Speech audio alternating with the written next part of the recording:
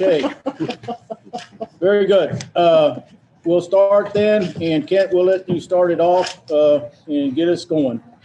Okay, Mayor, thank you. And again, this is a work session for the benefit of the public here. The council normally has these kind of work sessions once every 3 or 4 months to discuss some major topics that are scheduled to be addressed by the council at a future meeting. It's intended to be very informal. No decisions are made at these work sessions.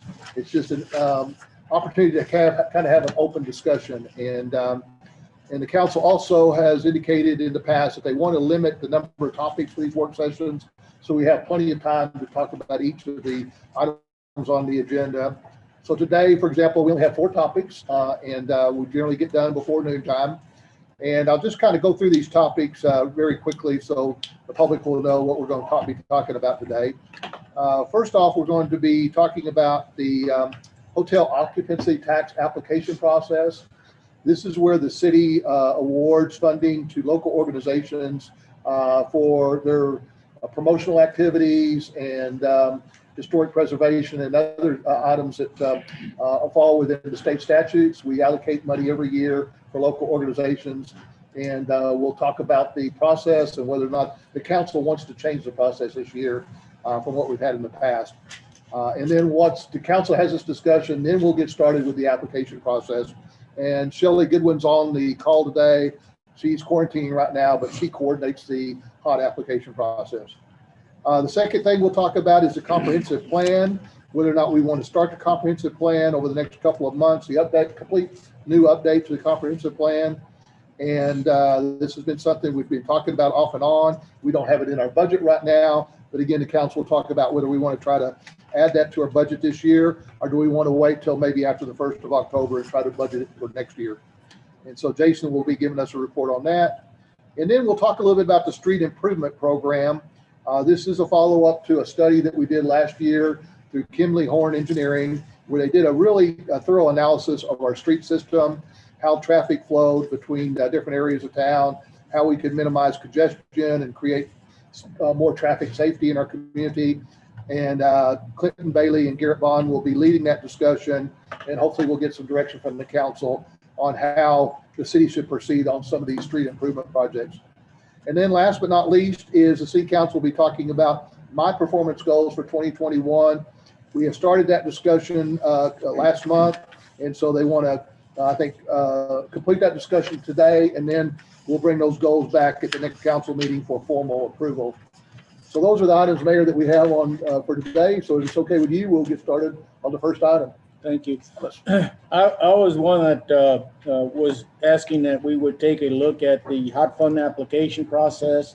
This was put in many years ago, and I wanted to see if we wanted to stick with the plan or there would be some modifications to it as the council might deem necessary. So, Shelley, do you want to start with this? Well, Mayor, before we start on that, let me just say, I think it's best to start with y'all knowing the current financial status of our tourism fund in HOT, because we're getting ready to award the money, so y'all need to know where are we right now as far as our tourism fund. And I know Ernie's here; he wants to hear that report too. And so Laura has a short presentation that she would like to give you an idea of how we're doing financially in that fund. So Laura.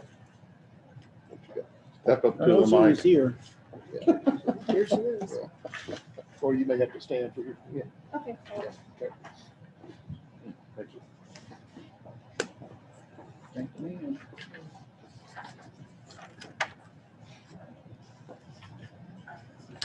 Good morning. How are you? Good morning, Laura. How are you? Thank you. Good.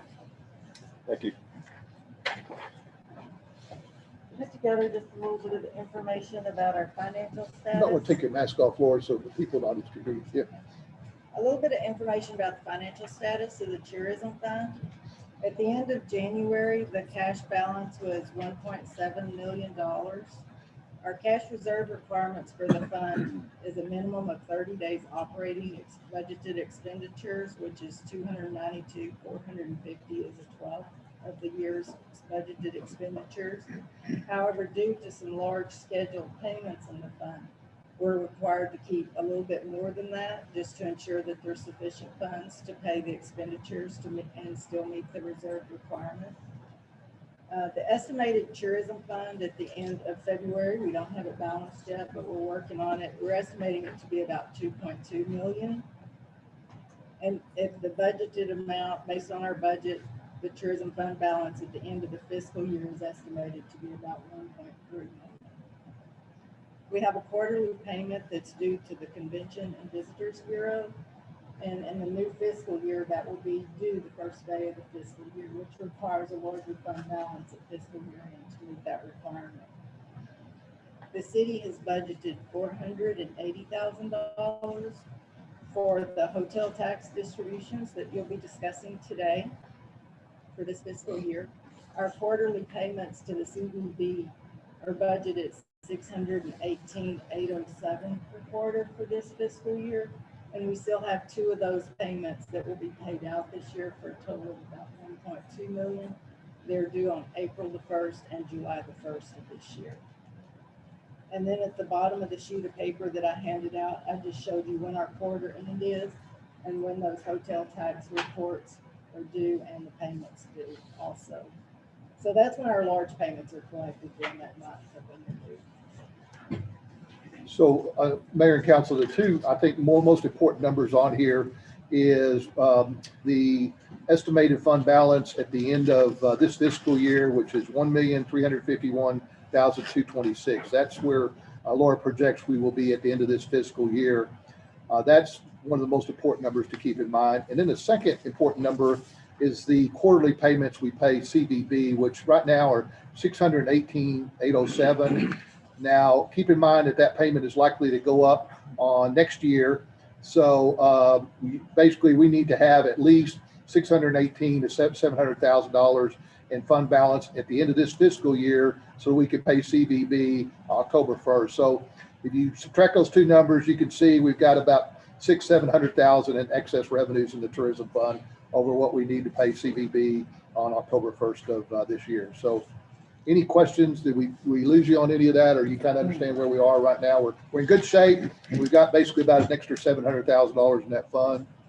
The only major obligation that we're aware that's outstanding right now that we need to maybe look at for next year is the as a result of the storm that we had recently, it has really pointed to the need to replace the bricks at market plots. The bricks were already deteriorating quite a bit, and we had planned to do that project over the next couple of years, but the ice and the snow really caused, if you go over to market plots right now, the bricks are really starting to rapidly deteriorate. I'm concerned that it could turn into a safety problem. So it's something we'll need to address in the next year or so. And that we don't have a number for that yet. Andrea's putting together a cost number for that, but just to keep in mind that that is a major cost that we'll probably incur in the next year or so. Do we go back with bricks, or do we look at something Look that at something else. looks like I bricks? think a stamped concrete option would probably last a little bit longer, get the same look with a little bit more integrity. We could mix in some of the bricks that have stamped names on them. There's a lot of options, so we'll bring those options back to the council. When you And talk, oh, go ahead. Sorry, is that something that we can pay for out of hot funds, or is that something we have to pay for out of general revenue? Do you know? Right now, it would be unlikely that you could use hot funds for that expenditure. There is a pending bill that Yeah. may allow for that, but right now, it would be unlikely to be able to justify that. You're talking about a safety factor. Do we need to put up signs stating, Don't walk on the bricks. well, no, I mean uneven or be careful or something? And I don't think it's reached that point yet, Jerry, but we're keeping an eye on it, and we'll put signs up when the need arises, but I don't think it's that bad I yet. agree going with something different than what this kid said. So Andrea Clinton and Clinton staff will be working together to develop a proposal on that, but I just wanted to let you know that's something coming up. Okay. So unless there's any more questions on the funding situation, we could turn it over to Shelley, and I think she'll go through. Okay, yes, sir.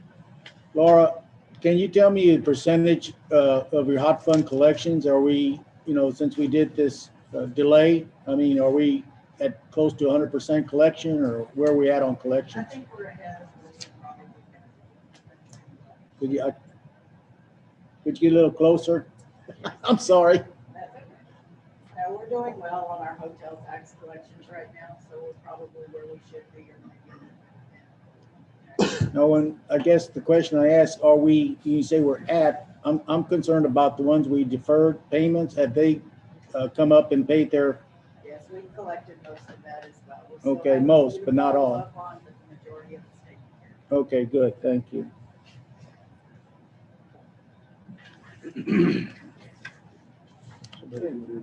Shelley, if you want to lead the council through the application process now and see if the council has any changes. Okay. Let's just start in your packet. So every year. Kelly, the are you city on? Yes. Is she on? She's unmuted, but I still can't hear her. Is that turned up? Can you hear me? Can you hear me?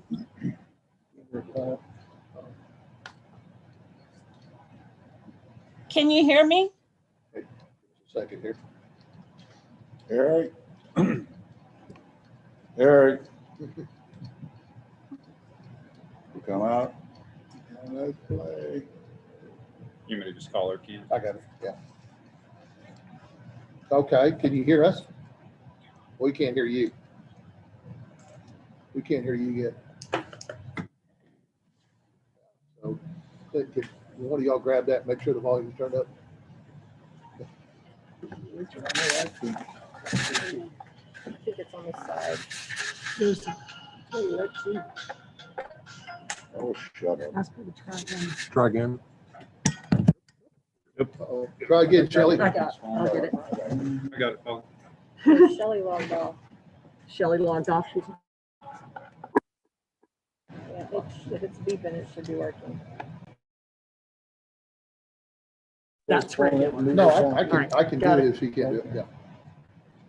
So it's live and should work. Okay, she's getting on the phone. Okay. Can you hear me? Yeah, Barely. Okay. you got your volume turned up all the way. It is. Now, is that better? Yeah, that's it. Yeah. Go ahead. From her. Okay. So every year the city council provides a process for applying for hot funding. In the last couple of years, we've changed the process to streamline. Page 7 in your book is the timeline, which we developed this year to help streamline the process.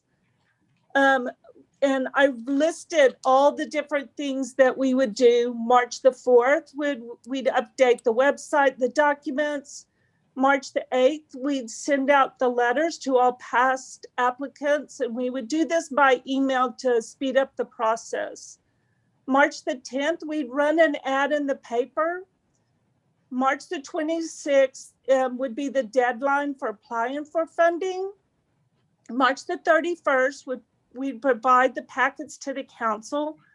April the 5th, the city council would discuss the applications and discuss possible allocations. April the 19th, the city council would approve the funding. And April the 21st, we'd work on getting the contract signed and getting the recipients their funds. Let me go down. Let's see. Page 9 in your packet is the proposed letter that would be sent to the recipients. And also placed on the website. Page proposed application, page 14 through, and this is due by all recipients every year at 30th. And then on 16 is the quarterly report that recipients that receive over 1,000 have to file Yeah, quarterly reports. The other process that we had considered to streamline would be option 2. And what option 2 does, let me get to what up is to fund. Would the staff would thought that since we know the Pioneer Museum and Nimitz Museum meet all the qualifications, we could pull those out separately and fund those with a separate type of contract. And the remaining recipients could go before the council for consideration. And that's all I have to report on.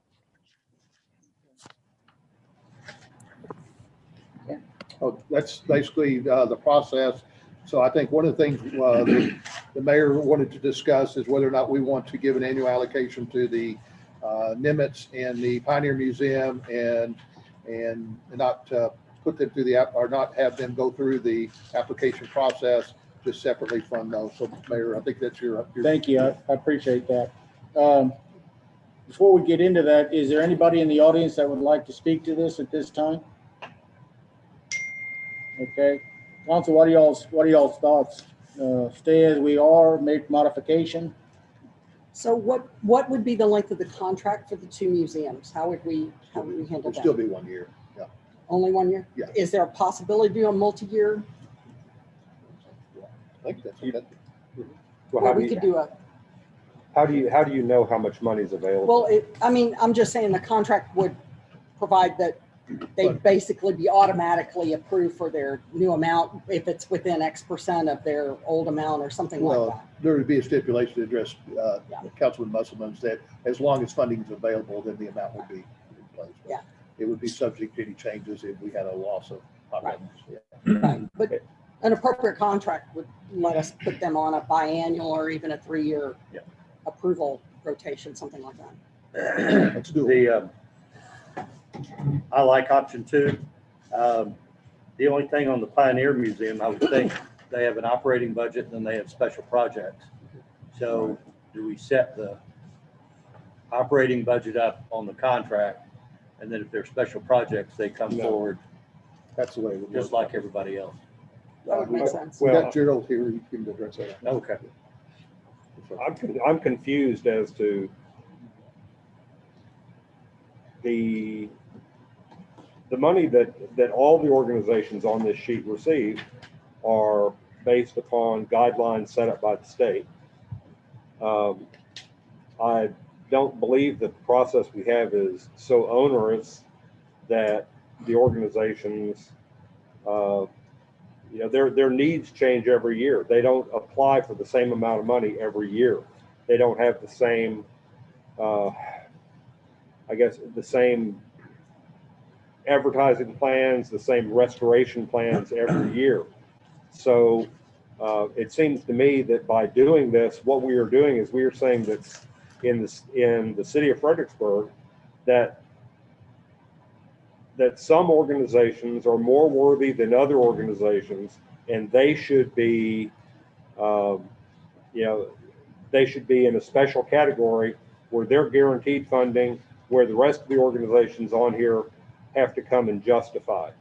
I think that both the Nimitz Foundation and the Gillespie County Historical Society do a wonderful job in town, but I do believe that they, just like the Friends of the Gillespie County Schools or the Fredericksburg Theater Company or the Gillespie County, the Gillespie County Fair Association, okay, they need to come before the public, not the city council, but before the public, and justify what they want to use public funds for in the coming year. I don't believe that it's an undue a burden. It's as much a burden for every organization on this list as it is for those 2 organizations. The process that we have in place has been working for 25 or 30 years. And I don't see a great need to change the process at this time. That's my opinion.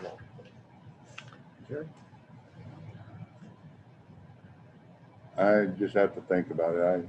I don't have a problem with the limits. I mean, that amount is what, it used to be $125,000. $130,000. 130. Okay, and Pioneers. the society, I think, got 95 last year.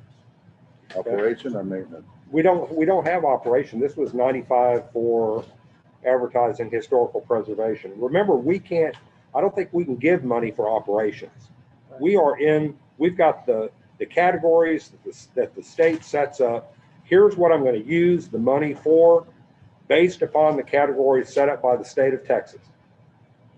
So 225,000 would come off of that 480,000. So that would be what would be left for the other organization. Yeah. What Gerald had suggested, and he's here, and he can address this, is their annual operating request would be $32,500. Gerald, would you like to speak? I know you're there. I can see you're thinking. Would you like to speak? Thank you for the opportunity. I hear Mr. Musselman, and I think he makes some good points. And when I was sitting where you are, I felt the same way about all of these organizations are great. They deserve funding. And we approached it from everybody contributing to the fabric, as so to speak, of the tourism business. Even if they couldn't identify how many room nights they accounted for, we knew that they were contributing to the overall product and the brand of Fredericksburg and bringing people in. Our request was because we generally, well, always since I've been there, have asked for basically project funds, a restricted grant, so to speak. Here's a big thing we want to do, and we've asked you for matching money because we generally raise the other half ourselves. Operating is a different thing, obviously, and in these days, I would certainly invite the city attorney and anyone else to check out Mr. Musselman's statement about whether or not you can give money for operations. It's my opinion you can, and the reason is because the statute allows for you to contribute money that is specifically for historic preservation. And when you have an organization that's what they do, that's literally what they do, is preserve the history of the place. And we know how that draws people and how it contributes. Then I think, and I'm not a lawyer, but I certainly believe that fits within the spirit of the statute. I also know that there are many other cities, and I could provide a list if request, who do this sort of thing, who do not only contribute annual hot funds to the operations of a museum organization that specifically interprets the history and heritage of that municipality, but also from their line item budget contribute funds to support these organizations because they understand how that contributes to the overall visitation and growth of tourism in the organization. So I stand by my recommendation and request that it is a separate request, and much like the CVB, whose business is to bring tourists in, our business every day is to bring tourists in who want to know and can benefit from the specific preservation of history of Fredericksburg. And I really appreciate your considering this request. Thank you. And I'm here for questions. Thank you. Anybody else in the audience? General Hagee? Yeah, I would like to say a couple of things.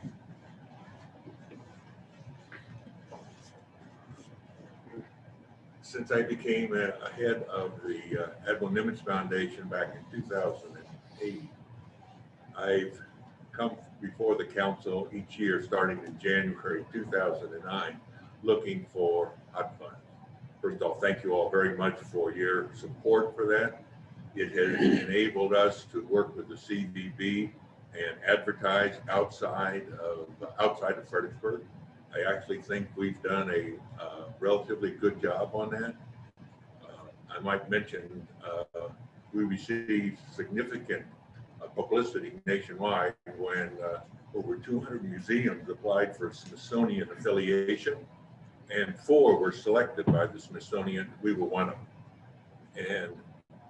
And most of the major newspapers here in Texas carried that in their section, which advertised Fredericksburg and the Hill Country. The other things that we have requested money for, as Gerald mentioned, is historic preservation. We sort of have a dual role. We're interpreting what happened in the Pacific during World War II because of Admiral Nimitz. And we have a treasure here, sort of like the Vereinskirche in the Nimitz Hotel. And so we're looking at both of them. I've checked with my board. My personal opinion, number one, it's not onerous to submit the application. In fact, I think we should submit that application. And we feel like we're a very important part of this community. And so we are ready to go forward, submit the application, and quote, compete with everyone else for those funds. I really like being able to come to the Hot Fund meeting and talk with other individuals who bring tourists in here. And I don't feel they don't take exception to what the Historical Society and the Admiral Nimitz Foundation receive, which I like, being a part of the community. So we hope that you will continue to consider our request, and we're more than happy to compete. In fact, we would prefer to come forward annually each year as part of the community. I'd love to be part of your budget, but I think it would be better, at least for us, if we came forward each year. And I'm ready to answer any questions. Thank you. Questions? Thank you, General. Okay. I'm sorry, Charlie. I do actually have a Okay, question good. then for Thank you. Daniel. Given what Gerald talked about if operations for historic preservation funds, can you check that to see whether we are able to provide hot funding to support? So the statute says you have to provide funding. You can provide funding for any of the listed Right. activities, and then you can also provide funding for administrative expenses that are incurred, including day-to-day operations Okay. and carrying out those activities. So it's probably likely that we could identify categories of spending, and then if they have admin expenses related to that, that they can use it for that as well. I don't know that we could. It's possible. It's an interesting argument. It's possible. I haven't thought about it that way. That the proposing idea that that's their activity is historic preservation in its entirety, and so so their admin is all related to that activity, and that's I would have to do a little bit of thinking and reading on that. But, Okay. But there is an allowance for admin expenses related to the I just think that would be helpful to do the research and provide a clarification to the applicants in their applications, if that's an option, so they know. I mean, we that they could ask for that. generally have, there's some other entities that apply for, Right. like some of the, I think maybe the Art Guild and some of those types of organizations that have some administrative expenses that the city funds related to the big expense, which is the promotion of the arts or Right. whatever.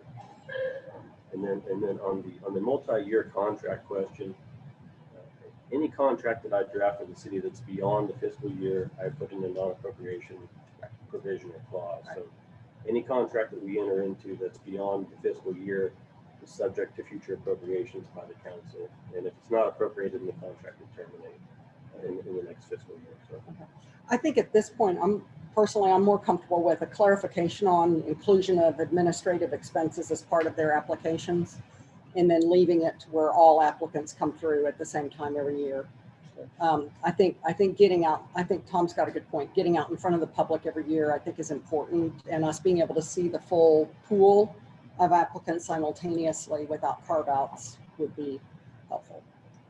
And the other issue, I guess, clarification, when we're talking line item, Are we talking a line item in the tourism fund, or are we talking about a line item in the city of Fredericksburg budget? Because those are two different things. The city of Fredericksburg budget is based upon revenues derived from primarily sales tax and property tax, where the budget within the tourism fund is strictly hotel occupation tax. I think, Councilman, all the discussion I've been involved in is tourism fund. Okay, No, just- no okay. general Just fund money hot, is just, being had. yeah. And then, I mean, I think that the historical society is doing a great job. And so the administrative ask of, I mean, this is 32,500 for administrative, and then would there be an additional ask for programs? Carol? Sorry, Tom, I can't hear you. The 32,000 that you asked for administrative, is that strictly for administrative, and then during the year would you come back and ask for programs? Possibly, and maybe not programs, because programs would be considered in the so-called administrative budget you're referring to. Projects is what we call, I mean, how we identify the preservation of certain buildings. Right. And upgrades and so forth. But yes, the answer is we would like that opportunity. And let me make a point, we're not trying to dodge the application process at all. We've been doing that routinely, and I did it before in other organizations. Here's my point about that. I think that there is something meaningful said by city government that says, we allot this every year to support this historic preservation organization. I know that with all of, I don't know who's on the list this year, but if it's the usual list of good people, I don't know of any of those people except perhaps General Hagee, who has an organization that actually does have to upkeep 13 historic structures every day, every year, including the Fredericksburg.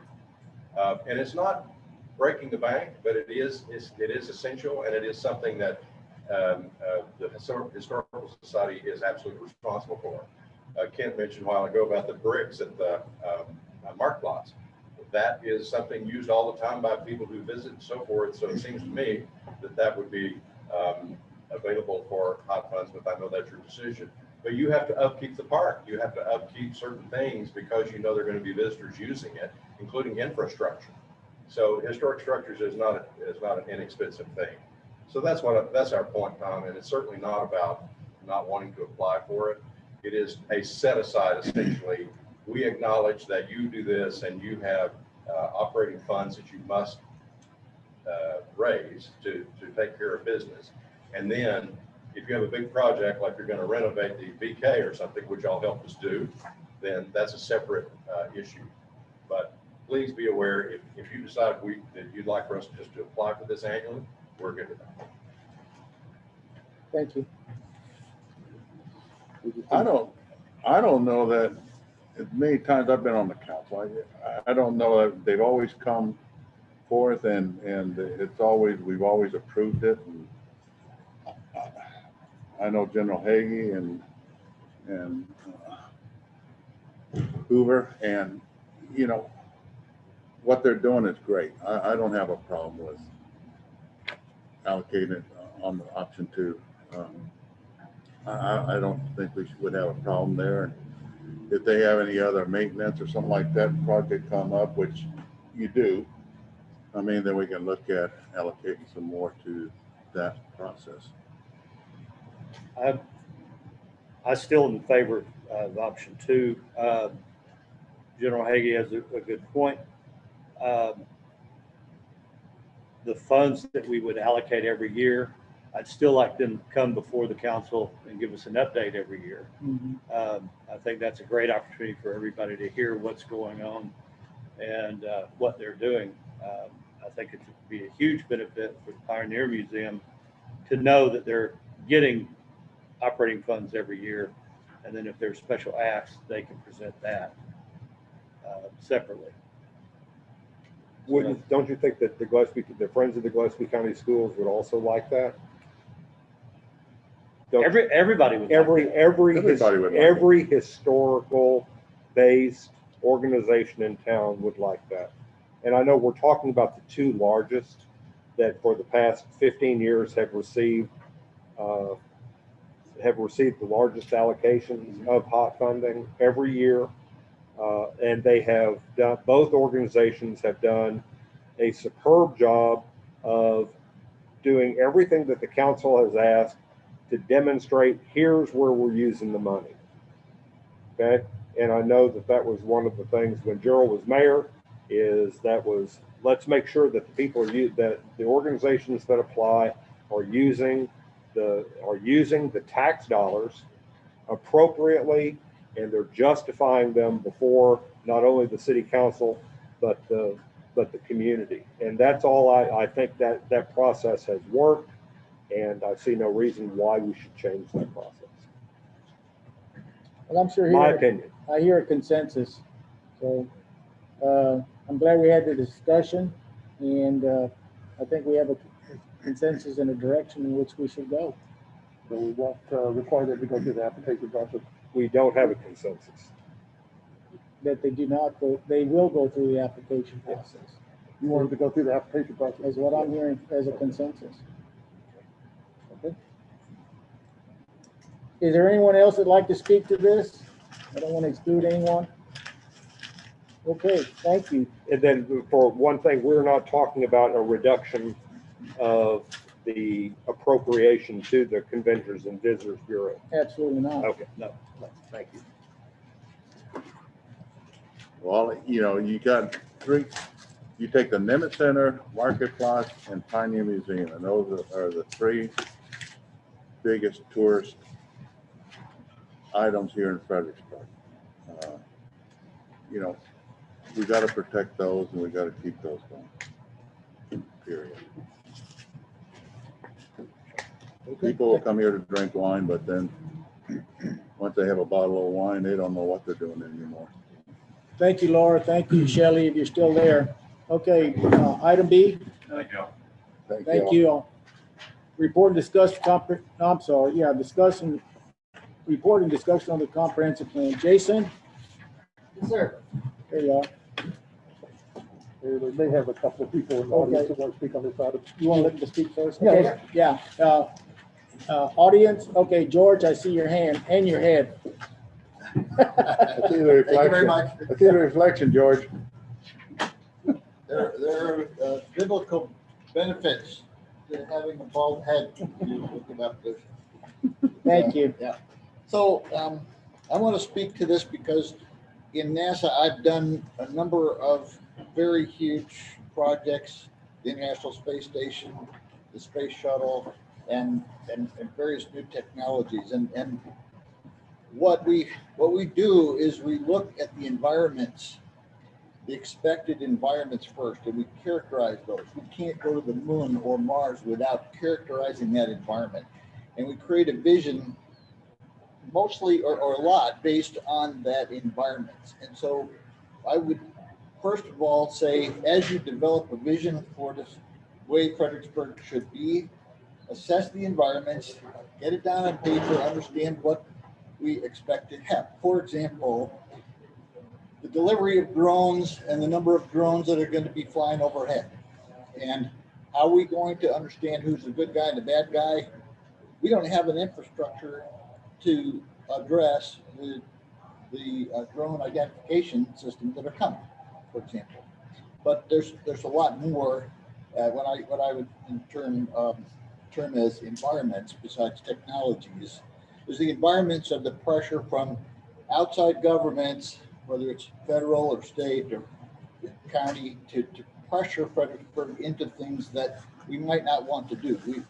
So anticipating the environment of a much higher influx of tourists or people into our system, you know, downtown or whatever. I mean, so you take, and so then in creating your vision, for example, then how that might affect, is it, why do we put up with TxDOT owning our downtown Main Street?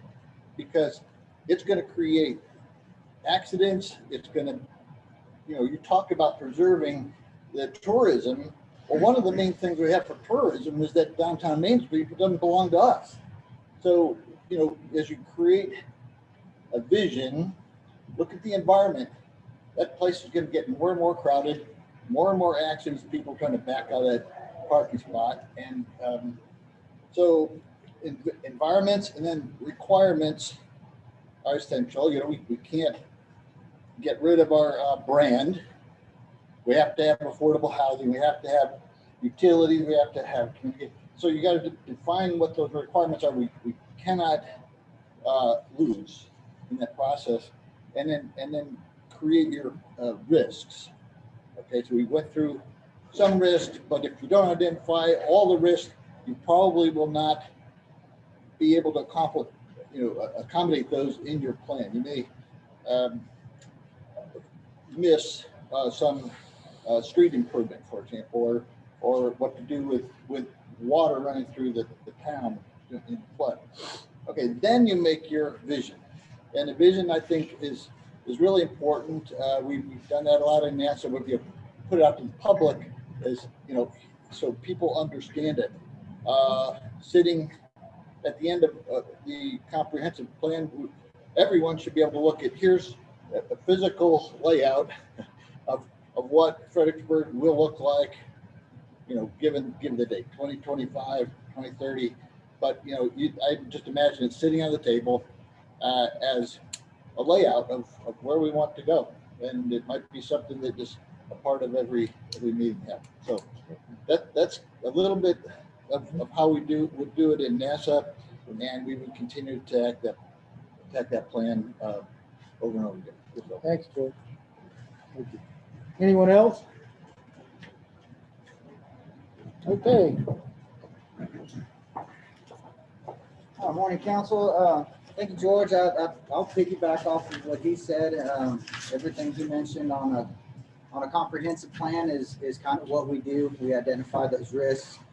We take inventory. What are the unique challenges we face, not only today, but tomorrow? And so he's hit the nail on the head on that one. When we look at the history of our comp plan that was started in 2006, we did an update in 2015. Comprehensive plans are generally 15 to 20-year guiding documents. So we're approaching that nexus where it's time for an update. We did do an update in 2015. It should be reviewed every 5 to 7 years. I would expect that this update would be more of a complete rehaul. When we look at where the comp plan was in 06, some of the same challenges are still present in our community today. But some of the changing economics, demographics, societal changes are causing some different pressures our city's going to face. And so I think we need to take those new challenges into account as well. So in your packet, I put together a lot of information on what is the comp plan, how do we accomplish that, what are some of the steps that we take from a staff process, and then ultimately, how do we get the community engaged and involved? There's some timelines in there that I drafted out. That was a rough timeline. We're kind of assuming a start time in the summer. That gives us a couple of months to tackle a couple other big items that we have on our docket that we're looking at in planning and development. So I'll open it up to questions for you all at this time, and we can go from there. Holly, I'm a ladies first, although shouldn't you? So, and you and I've chatted about this a bit already, but so I'm for doing this. I think we need to start it, sooner rather than later. If we need to do an allocation in the current budget of a partial part of the cost in our current budget, I'm in favor of doing that. I'm imagine the bulk of the cost is going to come in the next budget cycle. Couple things on sending out the RFP. I really want to target consultants who have small town experience. Small towns are completely different from medium and large towns. And I think we need some expertise on how you do small town preservation when you're in a rapidly growing environment where we have all kinds of growth pressure. I'd like to make sure that we really look at the return on investment for the taxpayer. I think there's smart investments that create a return back to the taxpayer, and I think there's not so smart investments that basically socialize the cost and concentrate the profit in a few hands. And I want to make sure that we get the profit back into the taxpayers' hands. particularly around growth and development. I think there's smart growth, and I think there is expensive growth, and I want to make sure that we're doing smart growth. I want us to address small town sprawl issues, our history of growth, and if you look at the outline of our city limits, we have a small town sprawl problem. We have those little tendrils running out in different directions, and those tendrils were expensive to put in, and they're expensive to maintain. And so we need to look for opportunities to do more infill development to recapture more revenue on the infrastructure that we already have in place. I'd like to see a SWOT analysis as part of at least the intro to the comprehensive plan. And then we need to identify a comprehensive stakeholder map and engagement plan for this process. We're a very diffuse, decentralized community. There is no central power base in this town, and that's a good thing, but it makes getting change through more protracted. And it means we have to do lots of engagement with lots of small constituency groups in order to get to the end. And there are small pockets of stakeholders all over the place. And I think identifying them as part of the comprehensive plan and engaging them during the process is critical. And that's it. Thank you, Holly. Going around the table, Tom?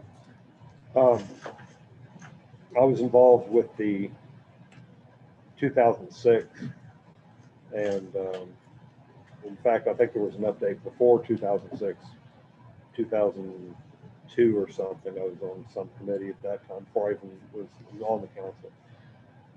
I think it's time. The community has changed, yet I think I think basic values of the community are still here. I'm afraid I want public input on the comprehensive plan. I think it's very valuable, but as a government teacher, I also realize that there are constituent groups lobby for things that they want. That's part of the political process of being an interest group. So I want us to be fully aware of what people are asking, but I think that we as an elected body need to think about things critically based upon our past, how we got from point A to point B, and how our past is going to help us, move forward. We have some critical issues that we have been trying to address in this community for 15 years, and there are no easy answers to those issues. We've made some attempts at changing regulations to try to address them. To the best of my knowledge, all the R1A housing that has been put on the books in the last 10 to 12 years, we have yet to, actually, we've got half a dozen R1A houses built at the beginnings. Is that a zoning issue, or is that an economic issue based upon the laws of supply and demand in our community today? I would like to have a discussion about additional zoning capabilities that we might add to our existing regulations that might help us in addressing housing issues. I'm not real confident about that, but I think we need to look at those things. I believe that the zoning categories that we have they've served us well. I think that we need to also look at, as I've said before, I think we're missing some housing in the Kerrville housing study, it talks about the missing middle housing. I think that's something that we need to investigate.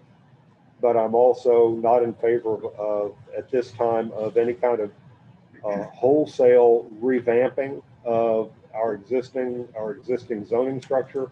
I would like some investigation on other ways to do things and maybe why other cities have done things.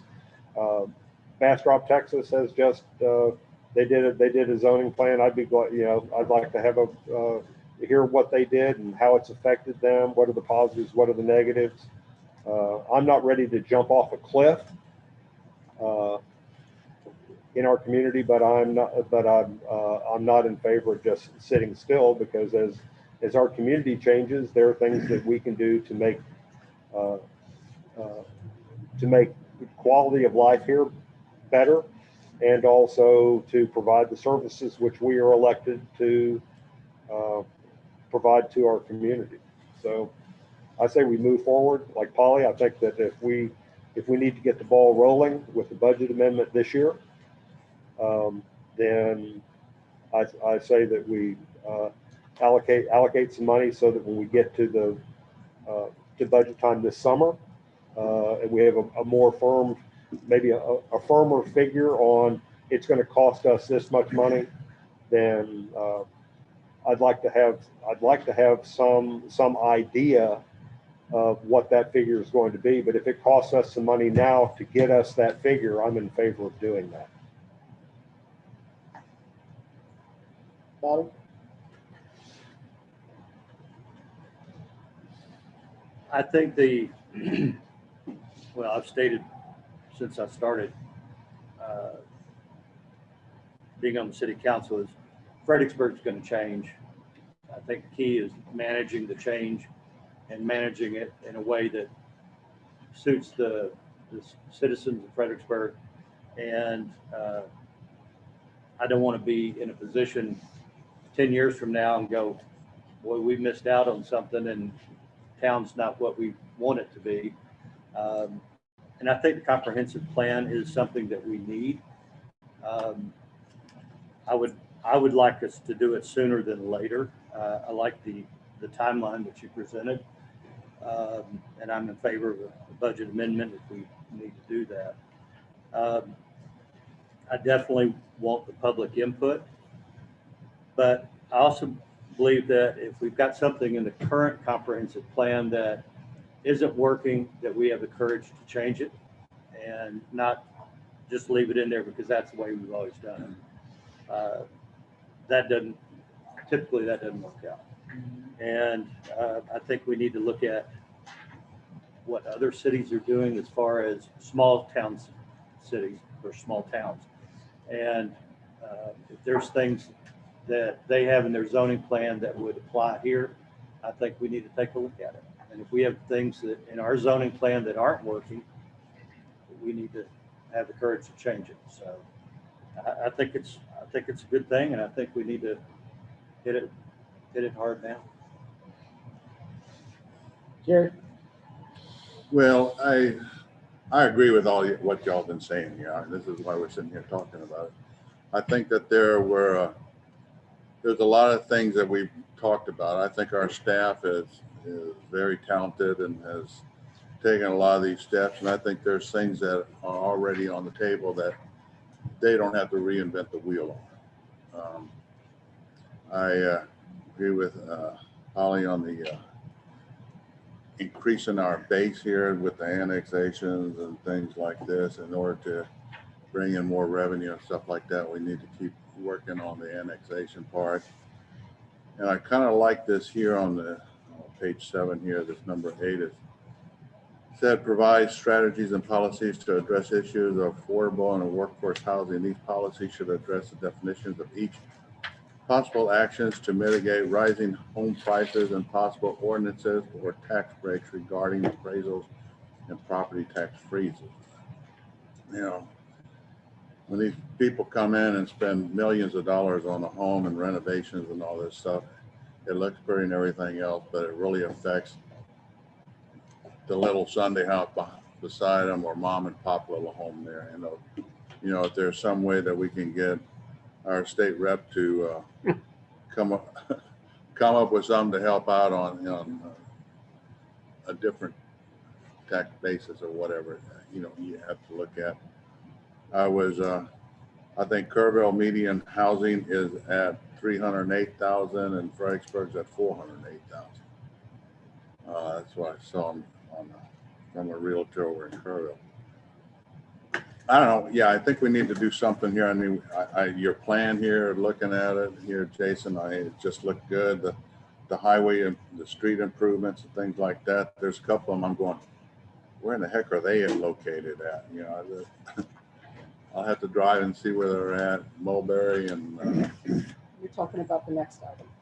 Is that the next item? Yeah, yeah. Well, then I will The pass street on plan, that. So street plan's anyway, next. yeah. Hold your comment for street plan. You'll be able to do it. That's Garrett, don't blame me on Yeah. that. yeah, We'll be good. no, I think, I mean, we just need to look at, you know, like, I agree with everything that everybody said here. I think we need to get this comprehensive plan and make sure we're moving in the right direction and work to develop. Yeah, great comment. My only comment is it needs to be reasonable. It needs to be attainable. And I agree, there are probably some things in there that, and I heard this low hanging fruit. I think that those should be a priority. You know, what we can do in, you know, 1 year, 2 years, 3 years, 4 years down the road.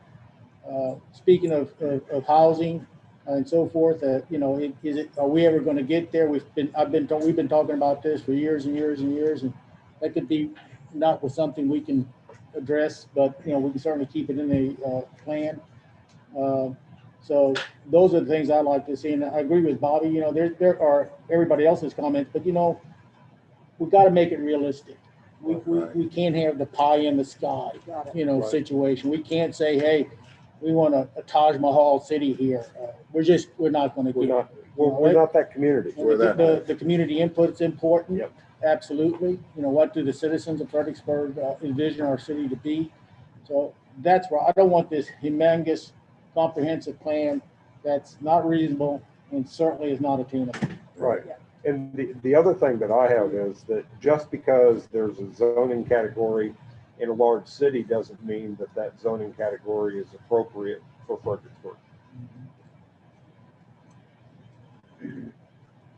Okay. Like, just make a couple of comments. One is, I would encourage the council, as you're looking at the comprehensive plan from a geographical standpoint, don't just look at the existing city limit boundaries. Again, keep in mind, this is a 15 to 20 year plan. And I know we've got some annexation limitations as far as state statutes, but still I would hope that we would be able to take in additional land area into the city at some point, maybe 5 or 10 years from now. So we need to try to identify those outlying areas that we want to incorporate in the plan so we can go ahead and plan for the future development of those areas. The second thing is, I know that several council members are very interested in updating our development regulations. Again, we've talked about that.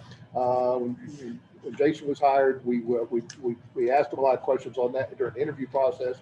And that is one of the outcomes of the comprehensive plan. It's real difficult to do that before we get the comprehensive plan done. So I know all of you are anxious to update our development regulations, but I just ask you to be patient and let's let the comprehensive planning process proceed. And that will be an outcome of the planning process. And the third point I want to make, Bobby and I were involved in a pretty extended discussion at the last EDC board meeting. And we got off the agenda and we had a real diverse group there, representing agriculture, wineries, banking industry. There's about 12, 14 people involved in this discussion. And one of the key concerns that we heard in that discussion is the missing middle class here in Fredericksburg. And there's a lot of concern from the individuals around that table on how we can address that in the future, how we can broaden our middle class that's really, you know, we've got a lot of elderly people here. We've got a lot of tourists coming in. We've got a lot of maybe single people, but there's that missing middle class. And how do we address that? And how do we accommodate that in the comprehensive plan?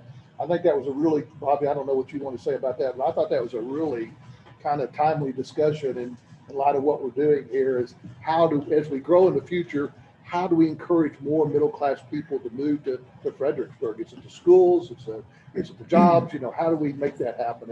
And I think we need, that's kind of a global issue, but we need to, I think, at least discuss that as far as the comprehensive planning So process. can I Yeah. just give you a phrase that I've Uh-huh. had written down for 6 months? Okay.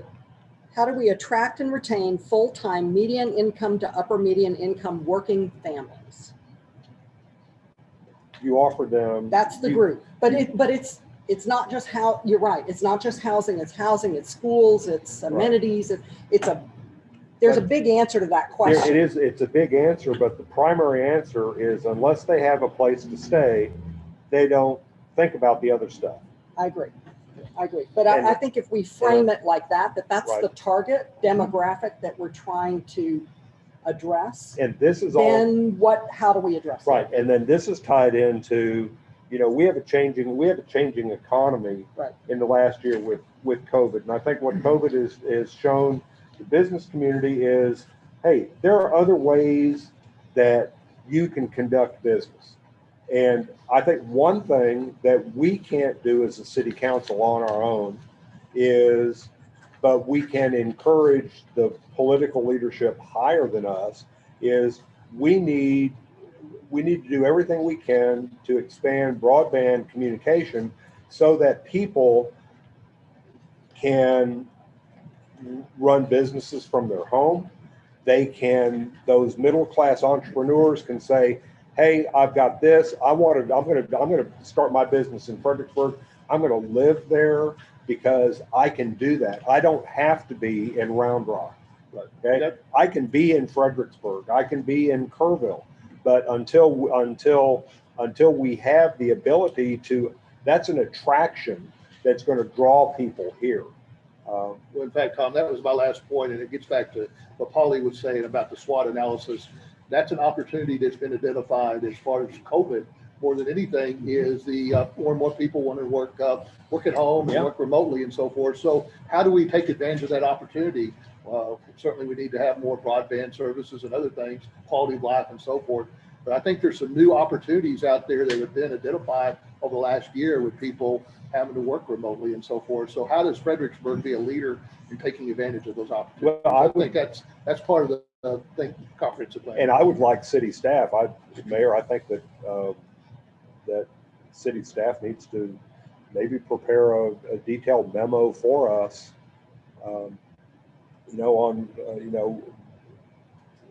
here's the situation out there. What can we do? Is this something EDC is?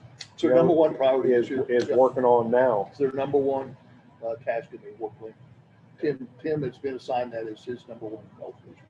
And the chamber has a committee that he's working with too, I think. So there's a lot of energy behind this idea. I have a question.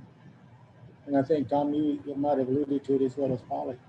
What job market is here that, being in my business, schools are still very important for young families moving here.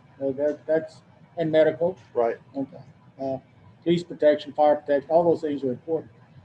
Question I would have, where's the job market to attract the middle class folks to Fredericksburg? Right. Where is that? Where is the industry? Where are the jobs?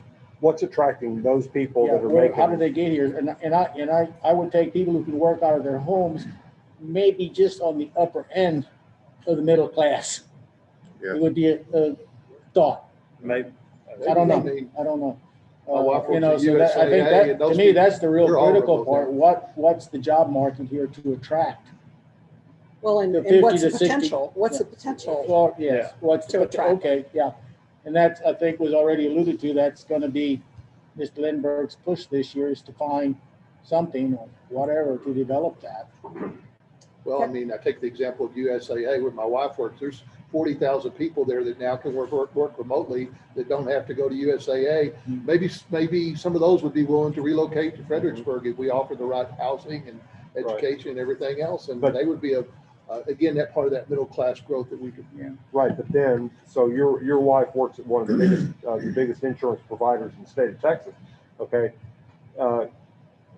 does our city and county currently have the telecommuting infrastructure that would support her to the degree that USAA would demand for their remote workers.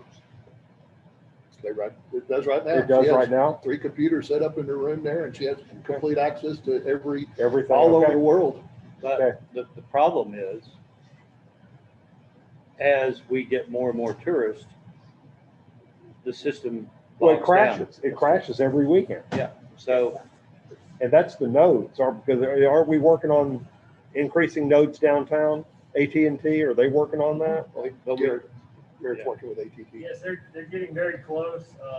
10 of the 12 nodes have received approval. I don't have a construction date yet, but they've indicated they're looking to start very soon. but we also need to think about, we're a town of 12,000 people Oh, that during the week. That grows to 30,000 on the weekend. Yeah. So in a way, we have to have infrastructure to support the 30,000. Yeah. What And after all- what is that infrastructure? Don't we, isn't that one of the first things? Well, we've got And water, that is sewer. part of what the comprehensive planning Yeah, process yeah, would yeah, be addressing. And I think that the main thing that's lacking that shows up every weekend is Broadband. Because that's the first thing they do when people park at the DIC. Where are we going? Pull out their phone and connect. Absolutely. And that's the first thing that we do. Where do we want to eat tonight? Well, let's look at the menu that's online. One of the examples that one of the persons gave at EDC is they have an employee that lives in Bernie, commutes every day.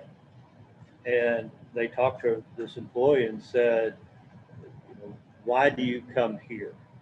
And she said, well, my other option is to go to San Antonio. The commute is a whole lot nicer coming to Fredericksburg. The pay's about the same. The benefits are about the same. And I can live in Bernie. Housing's cheaper. I have, things to do there. I have shopping. I have to support the family. I don't have to drive to San Antonio, and it's an easier commute for me. So Less stressful, I'm sure. yeah. You know, as y'all know, my wife's in the real estate business, and Charlie can probably attest to this. When the pandemic started, we were really concerned that the real estate market might not do so well last year. But we also, just a couple of months into the pandemic, began to realize that people were wanting to get away from the larger cities. Not only moving from larger cities, but coming to places like Fredericksburg for vacations instead of going abroad or traveling out of state. So I think it would be attractive Fredericksburg would be an attractive place for a lot of people to live and possibly work from home as this, trend is continuing into 2021. I think you're seeing more and more of that, but it gets right back to the housing affordability. If someone going to move here and a middle income family and be able to afford a $400,000 to $500,000 house, and that's the reality of the real estate market in Fredericksburg. Even new construction is, up around that $400,000 mark, and I think that's the limiting factor. I think it's a very attractive place for young families, middle income families, but it's just not affordable. And I think that a lot of them are probably eyeing locations like this. And I think, Clinton, that gets back to what Polly was saying about the stakeholder groups. We need to involve the young people into this. We need to have people like Garrett Bond. What would it take, Garrett, to have more people in your age group to want to move to Fredericksburg? We need to ask that stakeholder group those questions. I don't know what Right. the 30 or 40 really year old people, what are the desired things that they're looking for? But so that is a key stakeholder group that I think we need to involve in. Well, just like Ken mentioned, I think that that's exactly the group that we need to target. That's the group that we don't hear from that often. Right. Well, and don't forget, that's the group that provides the student census for our schools. And if we don't do something about attracting and retaining that group, our school censuses are already in some areas starting to fall off. And if we keep losing census, we're going to lose those schools. So I think with Polly on the specific of thinking about the RFP that we're going to send out and who we're trying to attract, do this work, the consultant. We're still going through the historic district process, and so still working with the consultant on that. But things have changed, and I think it's key, like you're saying, small groups are still going to be key in 2021, 2022. People speak clearly or speak more confidently, more honestly when they're in a small group that they recognize. So I think our consultants need to be creative in how they reach out, and I think we need to be very specific in the RFQ that we put out about that, because but public meetings are expensive from the consultant's point of view. In the historic design guidelines, we only got 2 public meetings with them, so that will drive up the cost, but it's obviously paramount. And so I think that they can prove that they are working with technology and engaging a variety of audiences. We know who usually comes to our city council meetings, and we've got to get beyond those attendees. Well, and we may need to use volunteers to supplement the consultants to do the small group community engagement, use our consultants for the things that they're good at, but then do our own homework to supplement their efforts to make sure that we're doing the right engagement with the different constituency groups. And like you said, in those small groups where they're comfortable talking, you get an auditorium like this, and you could see even in the public comment section, people get nervous, they get all wound up, and if we can keep them comfortable and willing to have a dialogue, we'll get a lot more out of it than if we're doing these big mass groups and everybody gets kind of all tensed up. So, and one of but the I key think we groups can to use. reach out to would be the high schoolers, right? Because they Right. want them to go off to college and come back. Correct. What's it going to take for them to be able to come back and raise their families here? Correct. And so, I mean, looking, if we did a real comp plan in 2006 and now it's 2021, a lot's changed in those in that decade and a half. And if I think about another 15 years, what we're planning for, that's my kids that are currently in kindergarten, and they're going to be in high school and out. So it's hard for some of us to envision what that future is going to look like. I mean, the technology of automatic driving cars, autonomous cars, the infrastructure is going to have to respond to the technology that is burgeoning right now. And so it might seem pie in the sky, but it's also just, we're on the cusp of some major changes. Technology is going to change our infrastructure. The things that we can do now with our infrastructure, but the smart growth I think is huge. I mean, there's a whole movement on that, on how infrastructure can pay for itself, or at least try to pay for itself, and make those considerations part of the development review process. Well, you made a good point. GM announced they're going to have all electric cars by 2030. Volvo announced yesterday they're going to have all electric cars by 2030. We've got 2 electric car Charging stations. Not too many.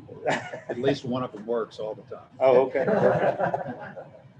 But it's the future, and It is. and now that planning departments under Clinton's, public works and engineering, it provides opportunity for those departments to work more closely together and to be integrated. So the sidewalk plan's not planned by engineers, and the minimum, it's actually planned for people to walk on and enjoy. So I think we've got opportunities now that planning and development and engineering department are all together. So I'll be working on this together. It's not just a planning document that's going to sit. I think one thing about the future, I was thinking about this morning. My son graduated from high school 18 years ago. So 1 year from now, he will have lived outside of the city of Fredericksburg as long as he lived in the city of Fredericksburg. He's 37 years old. I don't expect him to return unless maybe when he retires. So I think one thing, when we look at population, where's our population going to come from? What are the population demographics? What are the trends? We have information on population trends. Who's moved here? How many? How many of our local people are going to remain here? I know one of the issues that's been at the forefront for here the last 25 years is people, young kids here, they move off and then they come back. Some of them come back when it's time to retire. Well, how many of those people do we have left? We've got lots of people, lots of landowners in this community. Some are holding on to their land, trying to even increase their land holding. Others are taking what land they had and turning it into 5 and 10 acre ranchettes for the people that want to move here because it's economic. So I think this is all going to be part of what our community is going to look like, because of we are, you know, God created X number of acres in Gillespie County, and we got more people that want to live in Gillespie County than there are acreage, and that's why we have the land prices that we do. It's high school, it's high school economics, it's supply and demand, and how many of our young kids are going to come back? I don't know that it's going to be a lot. I'd love to be able to come for them to come back. Are they come? Who are they going to be? I think that's the goal of the comp plan, is to identify those businesses. We've talked about it. How do we get middle class, not just middle class, but how do we expand existing businesses that are doing well? Obviously, we have to have variety and opportunity for those children to come back. You know, my kids are young. They're not in high school yet, but one has said, I want to live here. Well, hopefully on their career path, they have an opportunity to come back. That may not be the case if we don't kind of plan accordingly. But one thing is, being in the nursing home business, we had your lawnmowers, we had your people mopping the floors and stripping and waxing the floors. We had the nurse aides, we had the activity directors, we had the LVNs, the RNs, the therapists. We had a lot of ranges in income people there. And the nurse aides and the housekeepers and things like this, where do they live? They live outside of Fredericksburg. They live at least, 2 to 5 miles out. They're not going to go out and buy a Tesla, or they're not going to go out and buy a Volvo or something like that. They're going to look for a used 150,000 mile car, for $2,000. These are some, we really need to look at those people. How do we get those people? They can't be working 2 and 3 jobs and live a happy life. We need to see how we can get them affordable housing. Whether it's mobile home or if it's manufactured homes or whatever, those are more reasonable than going out and putting up a native rock house there with a swimming pool in the back. That's out of their league. There's no way they're going to do that. But those are some of the people, and there's a lot of people in this town, the waitresses, they just need help, and, they need a neat, clean place to live. And, we started from the bottom in the nursing home. I mean, we lived in, Mom said, you can live in one of these apartments, but you got to clean it up, and those were in a hell of a mess over there. That's what we lived in. I mean, as long as people can find something that's affordable. Manufactured home, double wide mobile. I've lived in mobile homes. I've lived in Army barracks that were with the University of Texas there with my wife there, and drove back and forth to Fredericksburg. I mean, if people have a neat, clean place to live, it doesn't have to be a 4-bedroom, 3-bath, double car garage or something like that. Just give them something neat and clean. So Mayor, what I hear is we need to proceed with the comprehensive plan. The schedule, which Jason has outlined on page 26, is start developing the RFP this summer and try to bring a recommendation to the council in July. By then we'll know what our financial situation is and whether we can go ahead and allocate the money to sign the contract with the consultant and then get started on the comprehensive plan in September this year. So what I'm hearing is press forward. Yeah. 5-minute break. Yes, We're halfway please. through. Thank you, council. Thank you, Thank you. Jason. Appreciate it.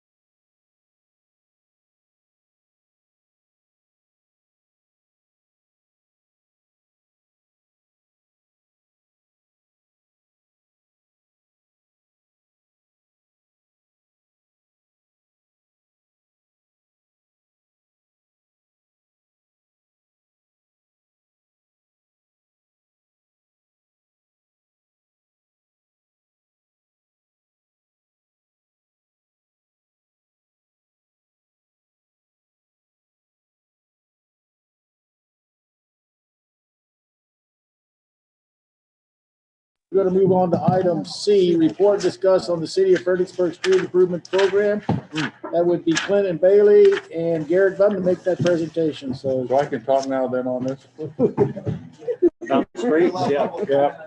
all right, Clinton, you want to? Well, I'll kick this off, just offer a little bit of an introduction. I think the comprehensive plan is a good segue into this.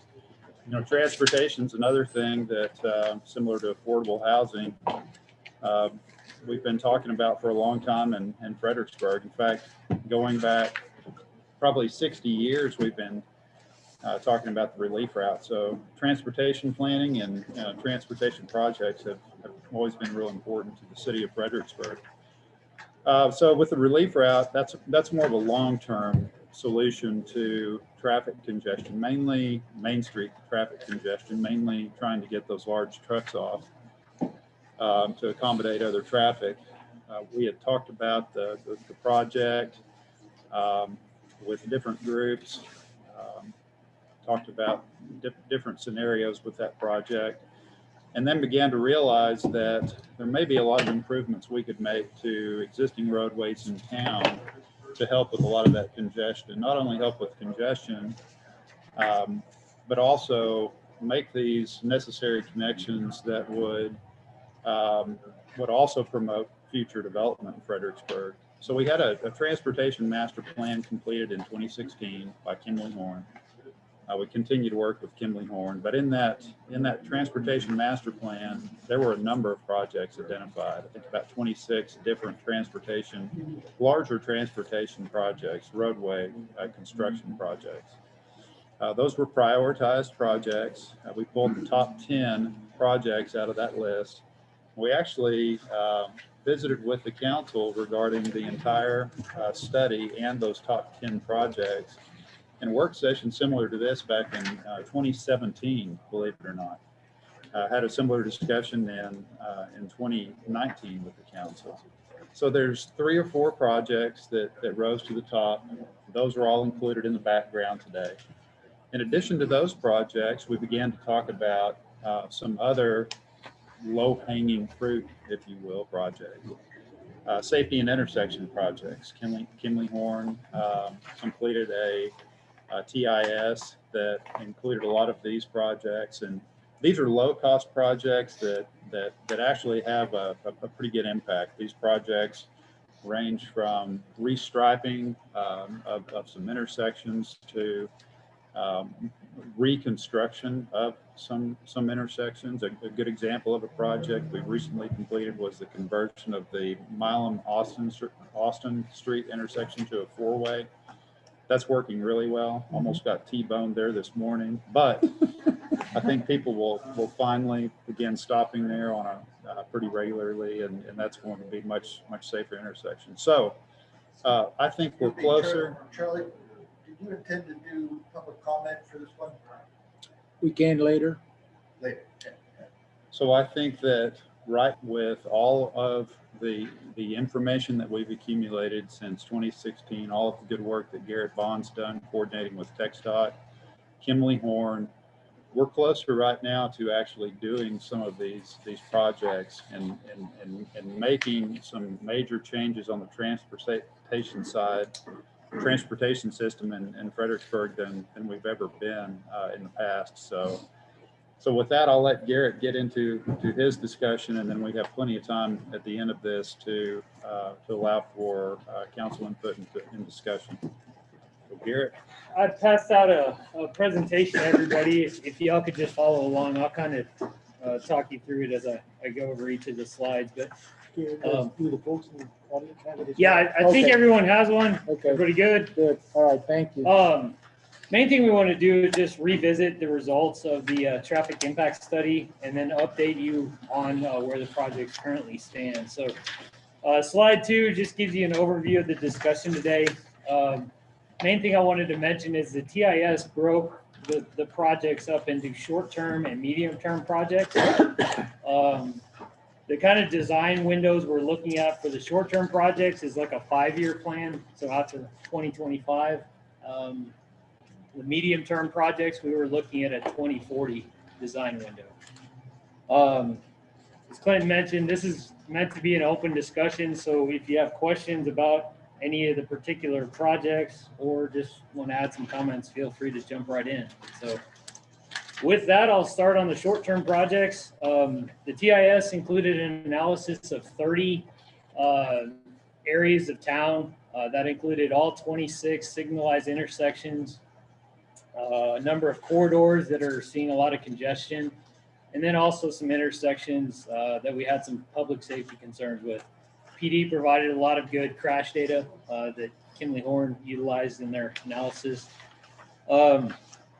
Again, Clinton kind of talked about this, but the proposed solutions ranged from simple restriping and signage projects all the way up to structural redesign of the intersection. Pretty broad brush of options for these projects, but the whole goal was to address safety and operational challenges. We've mentioned this before, but basically these short-term projects would be considered low-hanging fruit that provides immediate relief, again with that short design life. So moving on to the next slide. The total project cost estimate for the short-term projects was $810,000. That does include substantial engineering design costs that TxDOT will require because they are mostly on state roadways or adjacent to state roadways. Based on some previous discussions with council during the budget process this past year, we had approached TxDOT with a partnership proposal, basically saying the city would cover the design costs and TxDOT would then be handed a shovel-ready set of plans to build at their cost. So that's been an ongoing discussion, kind of in typical TxDOT fashion. They've been very vague in their responses, but they did indicate that they would review a proposal from Kimley Horn to make sure it would address all their design requirements. So we worked with Kimley Horn. They submitted us a proposal in the amount of $145,000 with a design window or a design time frame of around 26 weeks. And we have presented that to TxDOT. We're still waiting on a response, but one option we have is if they respond and say, yes, this meets all the requirements, we could draft a AFA or an advanced funding agreement, present that to TxDOT, basically on the same or similar to what we've already presented. The city would cover design, TxDOT would cover construction, but that would force TxDOT to give us a formal response. And then we could bring that formal response back to the council to talk about funding options. And how much would that design guideline cost? $145,000 is the current proposal. Now I don't know, TxDOT could have some additional requirements that could bump up that cost, but Kimley Horn's pretty confident. But TxDOT wouldn't have anything to do with like Cherry Street or Mulberry or Frederick or anything. Not necessarily, but maybe. I'll get into those are the medium-term projects. Okay, I'll wait. So Garrett, in order to get the ball rolling with TxDOT, we would have to get our design guidelines done. Or we have to do an AFA. What TxDOT is going to want to see is that the city has some stake in the game. Okay. So we spend $145,000 and hand it to TxDOT and say, here's the plan that we want you to fund. Is that correct? Well, no. We want to make sure this is all spelled out, the responsibilities before we commit to anything. Right. Unfortunately, we don't want to sit TxDOT on the shelf for 5 years. No. So is the advanced funding agreement the key that triggers the That would movement? spell it out. So that's really the next step we got to get them to move. And again, it's all about getting a formal response from the state. And what's entailed in getting the AFA completed? Well, TxDOT has actually come up with an AFA form that you fill out, you submit that to the state, and then they respond. One thing we also want to do, up to this point, we've been talking to the Vernon area office, maybe elevate that up to the district office and say, look, we want to do something to improve this. It's going to improve the state system. But the key to remember, one quick thing, and this is very important, is to maximize the benefit of these projects. it would be good to do them around the same time. Because the last thing we want to do is make an improvement at Elk and Maine, and then that shifts the issue or makes the issue worse at Washington and Maine. Agreed. Yes, sir. Sorry. No, I was just gonna say, but taking it to the next level at TxDOT, will that ruffle feathers at Burnett? I think we include them. Okay. You know, just say, hey, we want to, you know, we'll invite them to the table. But We also might want the mayor to be involved in some of those discussions. I think it's important, Charlie, that when you get to that Austin office, to show that to have the mayor at the table to show that there's broad city council support. There's political will. There's political will. Yeah. What about influences of our state representative? Not yet. No. Okay, then what I'm saying is try. that if we do something like this, I mean, that wouldn't piss him off, or? No. I think he's indicated in the past that he agrees something needs to be done. Okay. Yeah. Haven't gotten much direction on exactly what he supports. But. So just keep him in the loop. Mhm. Okay. Absolutely. Yeah. Invite him to the party. Invite him to the meetings, yeah. So again, at this point, we're kind of waiting on TxDOT to confirm that the proposal is good, that it meets all the requirements. If we don't get anything, if y'all want to, we can go ahead and just submit an AFA based on that. I'd suggest submit the AFA. I mean, the worst thing that's going to happen is they'll come back and say, we want you to modify it. Yeah. I mean, that's what you got to do anyway. So. Yeah.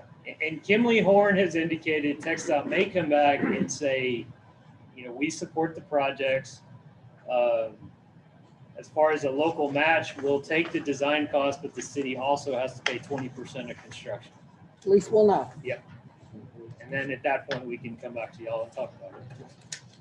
And the hope would be that that can be part of our upcoming budget discussions.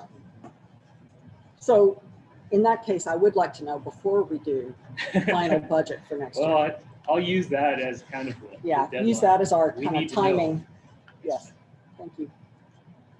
So any more questions on short term? I didn't go into much detail on the specific projects. Yes, sir. You know, one of the fastest way to improve this, and I've talked to it before, is the painting, striping. And how does that progress with TxDOT? I know you've talked to them, and I know you've given me an answer, but they say, oh, we're gonna repave and all of this. Yeah, so their response is they don't want to spend a bunch of money and then come back and mill and overlay the street in 2 years where the striping's wasted. That's part of, we can't get an answer of, okay, when would we have to wait till? I mean, our goal is to get these done in 2 to 3 years. Yeah. That we just can't get the answer. Can you let them know that the striping on Main Street is almost getting to a point where you can't see it anyway? Well, and the pavement itself, I mean, you know. especially after this freeze. Yeah. I think the local maintenance office knows these facts, but the other thing I mentioned is TxDOT is really concerned with funding right now. COVID's impacting them as well. So, I mean, it's a difficult time, but again, we just want to get an answer out of it. Well, I understand that, but you know, if you talk about low-hanging fruit, painting has got to be the lowest fruit hanging on the tree. So I would encourage us to still keep putting that pencil ahead. Okay. Oh, speaking of, I'm going to tell you that might have somebody drive South Creek Street between Friendship Lane and Sunrise because the pavement's failing. Okay. A lot of these are projects that can be incorporated into TxDOT's annual maintenance budget. Pretty simple restriping projects, not very high cost projects, majority of them. And there again, we've mentioned, you know, we don't want y'all to do one project that causes an issue somewhere. Right, yeah. But I don't think that, I'm not the expert, I don't think striping. Well, no, the striping, would cause that us makes to- total sense. Okay, would cause it. And the striping is also part of the turn issue on Main Street too, of increasing mobility on Main. Queuing space, yes. Right. Yep. I got it. Okay, so we'll go ahead and move on to the medium-term projects. So although the short-term projects address a lot of the immediate issues and provide immediate relief, they don't address that major issue of a lack of access between major roads on what we determined was the northeast and southwest parts of town. And as Clinton mentioned, through previous discussions, 4 projects in the transportation master plan kind of rose to the top, and they addressed those issues. Those are Post Oak, Mulberry, Frederick, and then Interlude, which has also been referred to as the Friendship Lane Extension. Can we start calling that the Tidydale Road Extension? Since it's third. I just know there, people say, what about Interlude? Well, that's what we're talking about, So, all those projects, as I mentioned, are kind of designed out to 2040 and beyond. So that's why they're termed medium-term projects. If you turn to the next slide, it shows the standard cross sections that are proposed for these roadways. So Mulberry and Post Oak, because they're a little closer in, and we want to look at right-of-way constraints, those would be designed and built as city standard collectors, which is 60 feet of right-of-way and 44 feet of pavement. As presented, they would also include sidewalks on both sides of the roadway, again, because they're closer in, a little more walking and foot traffic. The Frederick and Interlude projects are proposed as minor arterials, which require 140 feet of right-of-way. We're looking at those as more of a phased approach, similar to what's being talked about for the relief route now. Phase 1 would include around 70 feet of pavement and have a single lane of travel in each direction, but then there would be a center turn lane. And we would also probably look at some additional improvements at the intersections or the major intersections to address queuing and turning movements, things like that. Sidewalks, again, as proposed, would only be required on one side of the roadway. And Kimley Horn is recommending that those be placed on a sidewalk plan and that development would be required to provide those in the future. The other thing, and I know it's very hard to see, but just on top of where the pavement is, you can see it calls for a future lane addition. Mm-hmm. So that's kind of thinking beyond 2040. The road is basically set up to allow for future expansion in the future. Is the county going to be involved in any of this here? Well, that's part of this discussion as well, is who are we trying to bring into this overall discussion? From a staff standpoint, I think that makes total sense. I mean, these roadways are primarily I should say outside the city limits. Outside city limits, ETJ, and so I think that depends on what roads we're talking about first. Exactly. So when we're talking about Post Oak, that's going to be a city road. Right. Yeah. I think Interloop and Frederick. When we're talking about Interloop and even Frederick. So and I guess when we talk about Mulberry,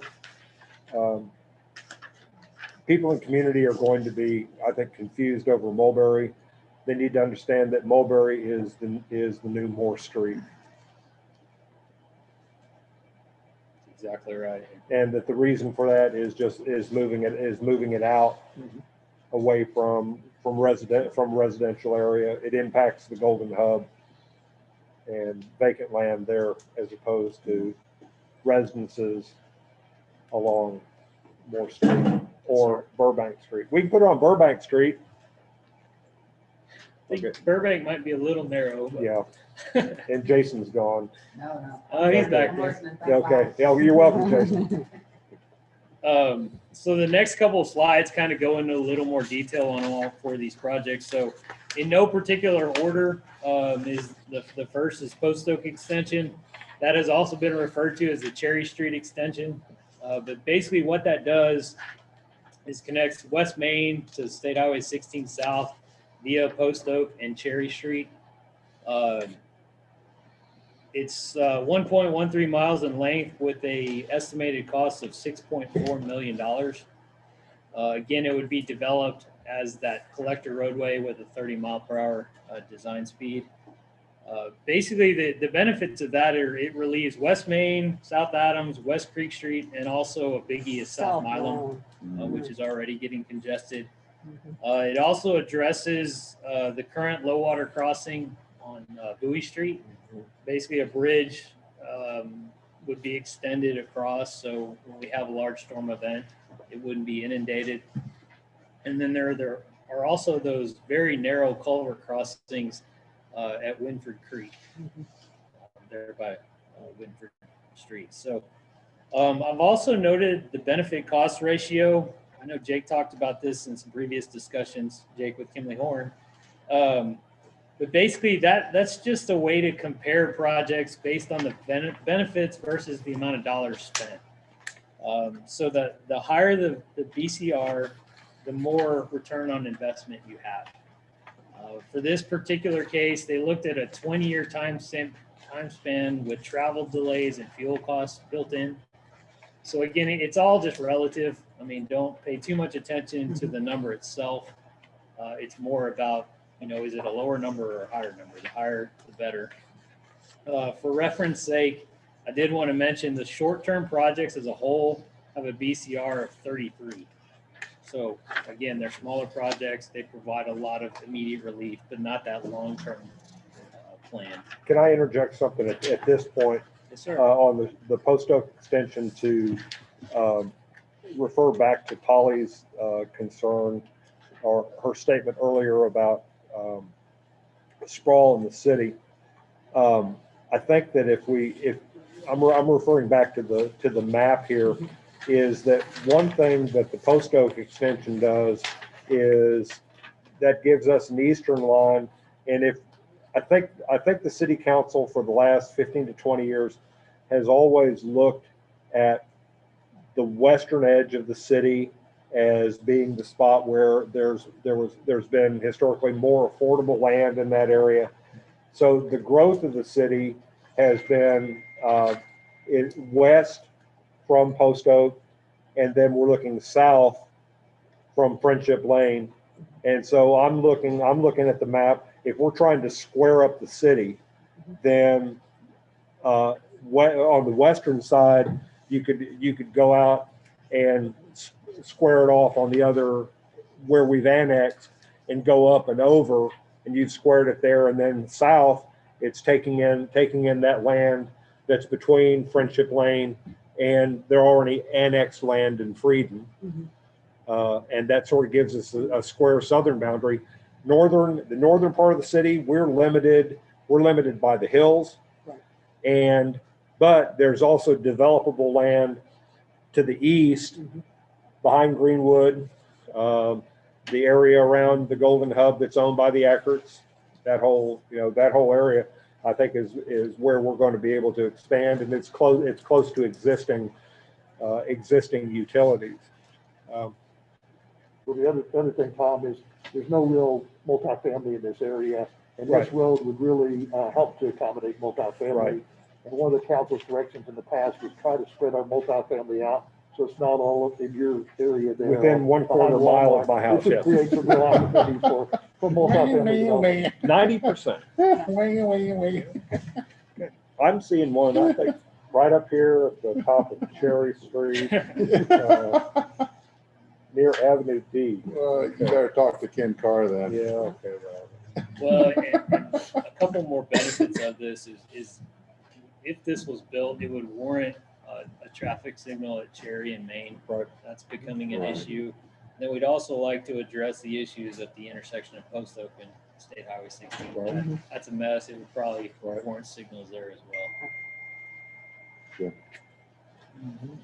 There's no more questions on that one. We'll move to the Mulder Extension.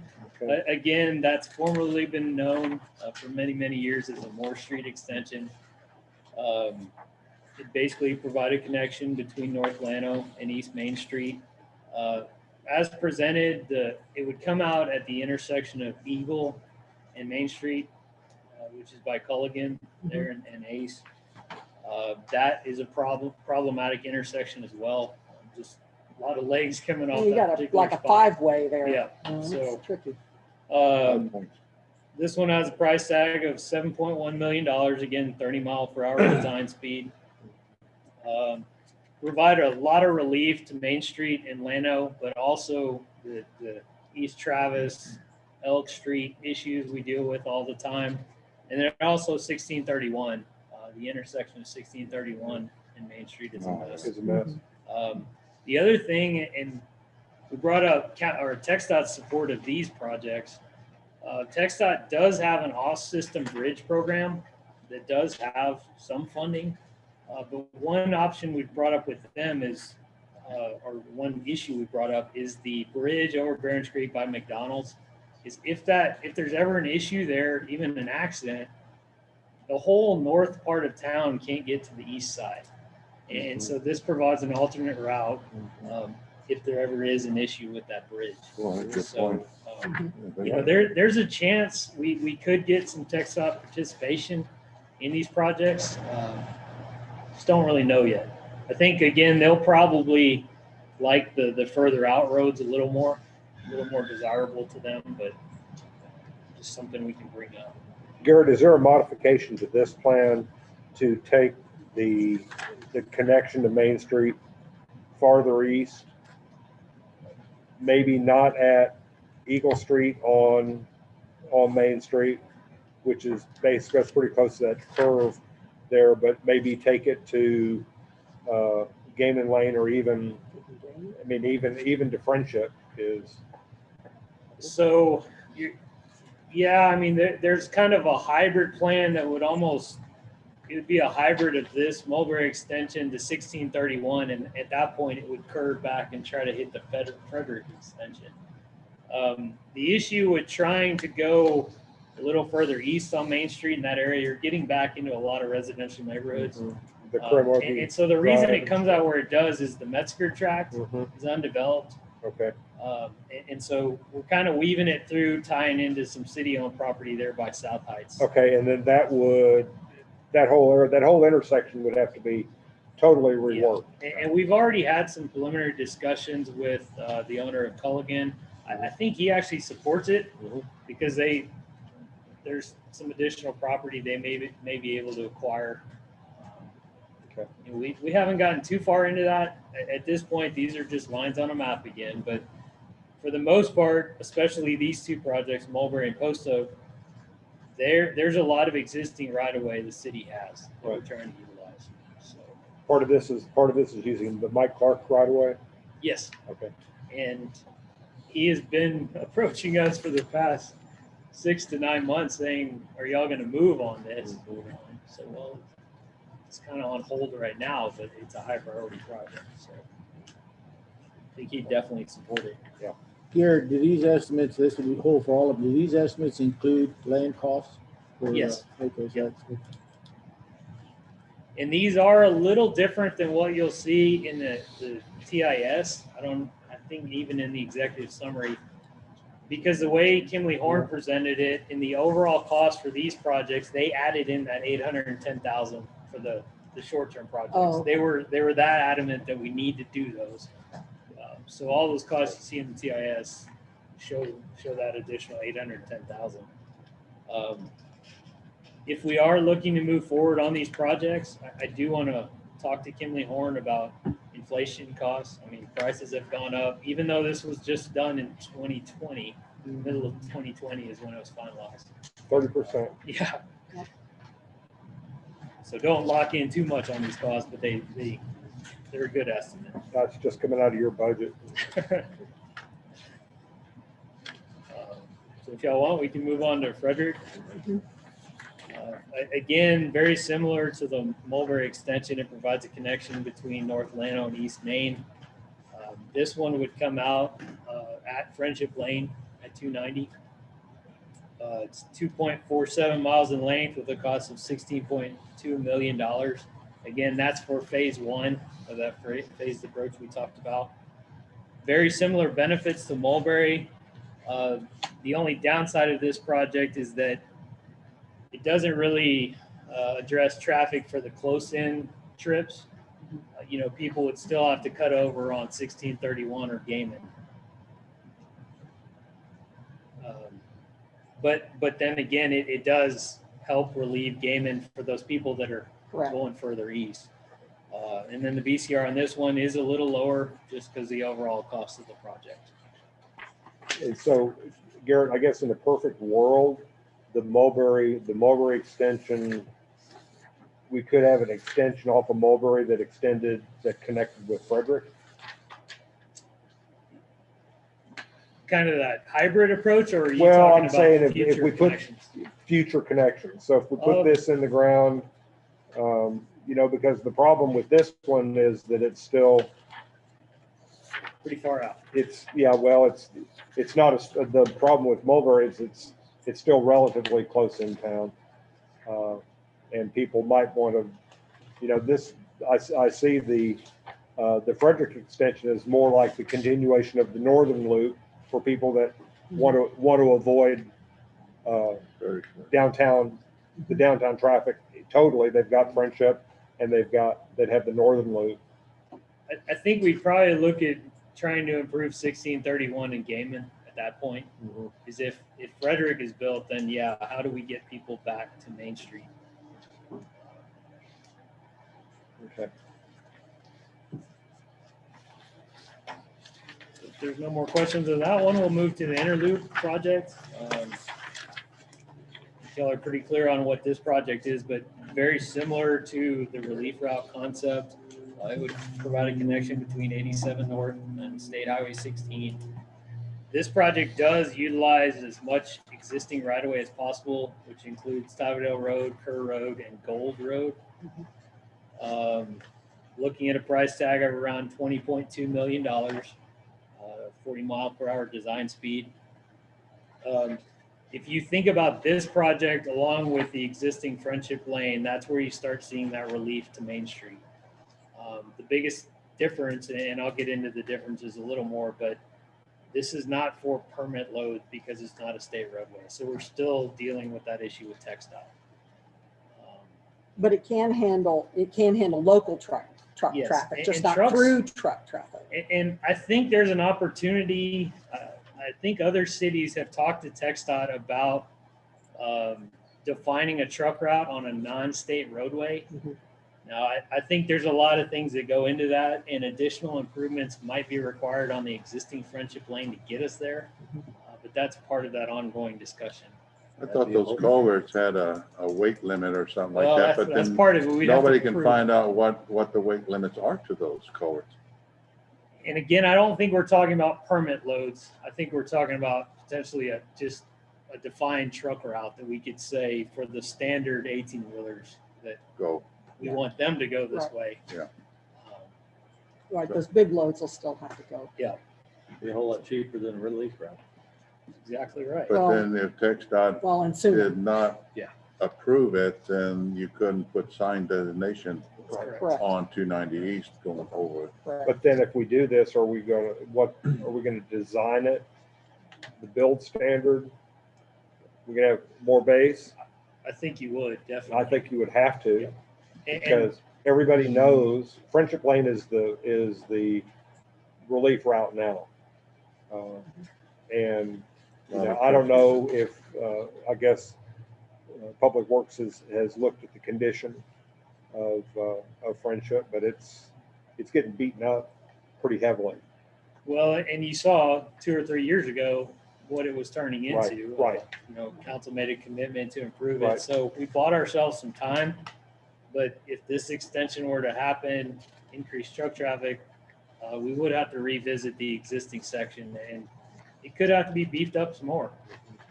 So some additional cost potentially there.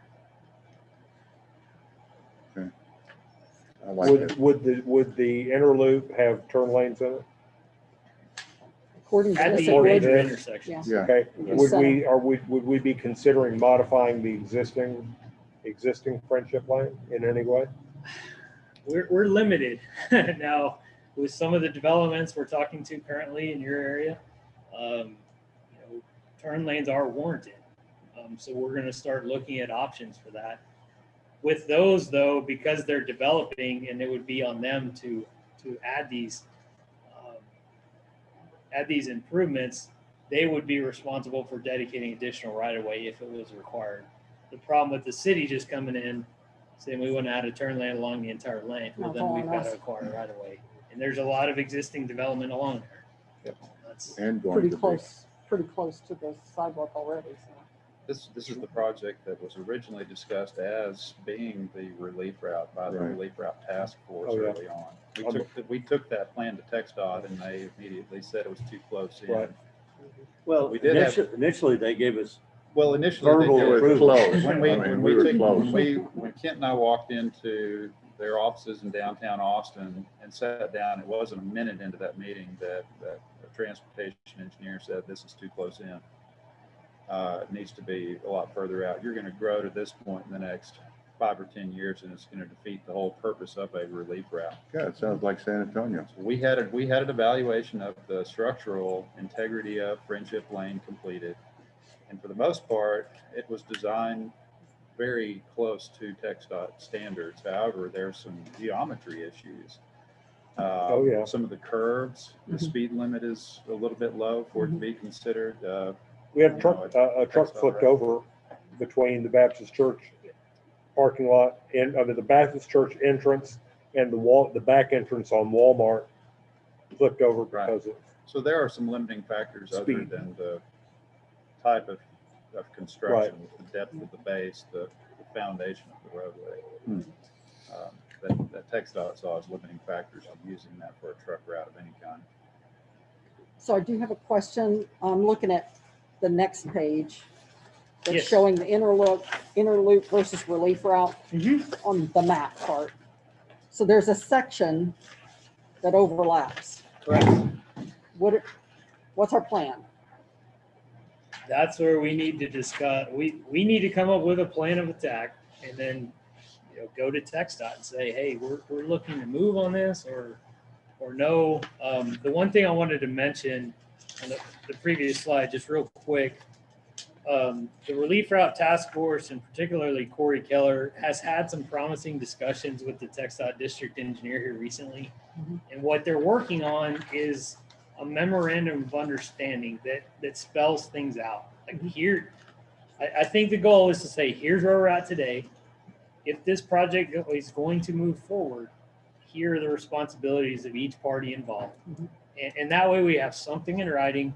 They can't just withdraw support.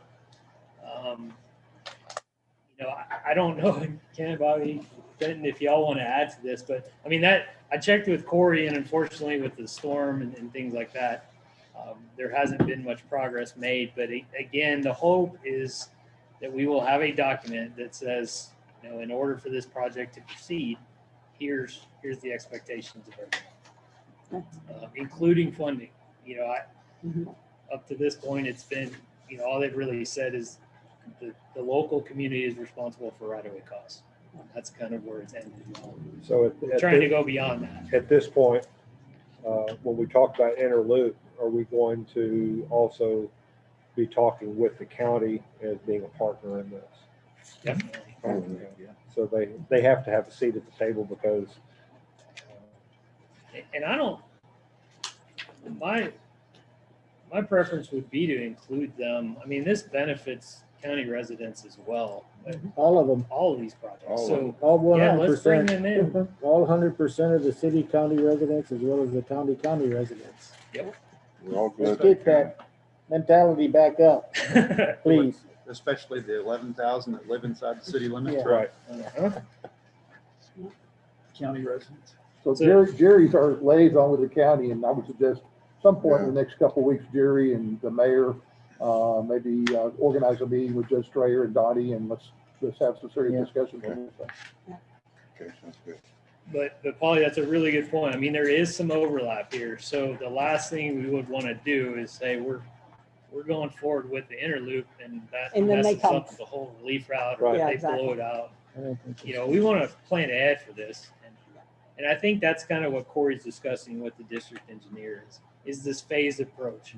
We realize we can't build this thing 100% at this time. So what can we do to try to address these issues? Well, and on the relief route, also address the county residents who are along that strip that they're concerns that what we're gonna get is one of these massive TxDOT above grade freeway type structures, which they don't want. They want like a farm to market road is what they Interstate want. 10. But they're Yeah, not they gonna don't get, want- they're not gonna get a farm to market road. There's some discussion. Well, there's, that's Okay. what's under Are they discussion. changing? Well, initially it may be, but Right, eventually but it they- may be the correct. full-blown relief route, very limited Could, access. But yeah, what they're looking for is let's start kind of small and don't destroy Right. the whole hill country immediately. Let's So bring it on over time. when we start associating the relief route with this project, it really complicates things. Exactly. This particular route, the Interlude Project, affects about 80 individual property owners. We know that because we did a lot of research on that with the task force when this was being considered as the route. Yeah. So it's still impactful. Could even be more impactful if it becomes the ultimate relief route. Okay, thank you. And again, the interloop route tries to utilize existing right of way where possible. So that's why it does change a little. You know, the relief route is kind of just where it makes the most sense to TxDOT. Yeah. So, that's pretty much it. I did, list a few topics for discussion. We've covered a lot of it, but again, from staff's perspective, we're looking at the short-term projects, kind of the 1 to 3 year window, and then the medium-term projects, that 5 year window. Really, probably 3 to 5 years to get them constructed, to get all the funding in place, things like that. So the biggies today, I think, are to come up with kind of your priorities, kind of talk about funding options. We talked about bringing the county in, TxDOT as well. What were the priorities that the council set last time? We had a session here. I don't know if Polly was on the council then. I can't recall, but we went to a prioritizing session. I think Clinton's got that information. So, what were the priorities, Clinton? The two top projects were the number one being what we call the South Cherry Street extension, and then the Moore Street, which is now the Mulder Extension. It was the close end. That was 1 and 2. This is an email from Tom Musselman, January 16th, 2019, which is the last time we talked about prioritization. And he ranks it Moore Street Extension, Cherry Street Extension. So those are the two top projects with the council then. Okay. As far as the medium. As far as the medium Yeah. projects, right? As far as what we can do, because we realize we're gonna have to call a bond issue. Unless you want to do CO. I think our ability now. No, we can do certificates of obligation. So that's part of the discussion today. Okay, well, we haven't had that discussion yet, so that's. You want to do the old general, there's basically, we can maybe get some funding, support from the TxDOT, maybe from the county. But at the end of the day, we're still looking at, we're going to have to do some debt financing for these projects. So there's two options for debt financing, certificates of obligation, which do not require voter approval, and general obligation bonds, which would be required voter approval. If you want to go with general obligation bonds, then the discussion changes to when do we want to take that to the voters? We have too late to do something in May, November. It looks like FISD might be on for November. So do we want to try to push this back to May 2022? So that's kind of, I think, what we want to discuss today is where does the council want to head on to these projects in terms of funding? Or do we want to put these on the back burner for a couple of years? Well, let me start this one off. My concern is we don't know about annexations and potential lawsuits. Okay. I think back burner is probably the place to go until we resolve one. The other concern I have is, and I've always been a proponent of this, I would hope that we would do a general bond election on it, because let the people of the city decide if that's something we want to do or not do. So, but I have a real concern that we go too far forward and then we're hit with potential lawsuits and so forth, and then we're delayed. Daniel, you may want to speak to that as well. Well, we've got one suit pending, obviously with annexation. I can't really speculate as far as future litigation, but it's not always foreseeable. Yeah. But anytime that you start down that road, there's potential for injunctions or restraining orders, which would may cause us to have to stop whatever we're doing in its tracks. And so, at this point, I think it's kind of too general of a discussion to kind of really give me any input on that beyond that. So Mayor, you're suggesting we don't do anything? Yeah, that's this year? just my own opinion. I want the other council members. to Okay, have I'll an give you my opinion. Yeah, please. We're in the middle of political season in Austin, and that's always very dangerous. I agree with Charlie. My preference in projects is I think we need to go. I think we need to commit to the Post Oak project. I think that should be our first project that we do.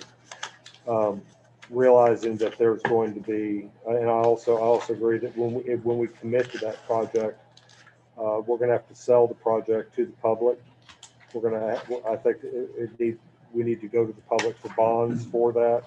I think if we sell it correctly, they will approve the bonds. But I really don't know what kind of situation we're going to be in until the legislature meets, they prioritize their spending.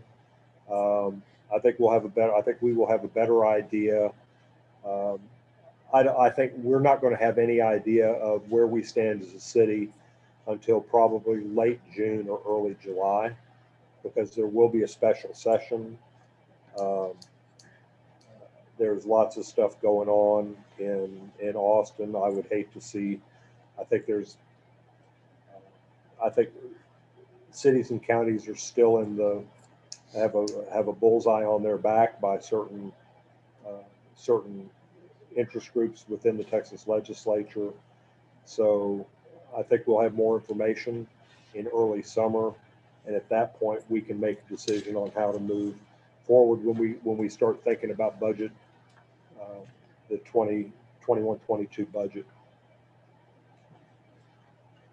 So Garrett, I have a question. I see the dollars on each of these projects. What's the timeline? So once we approve, how much time would it take to get each of these completed?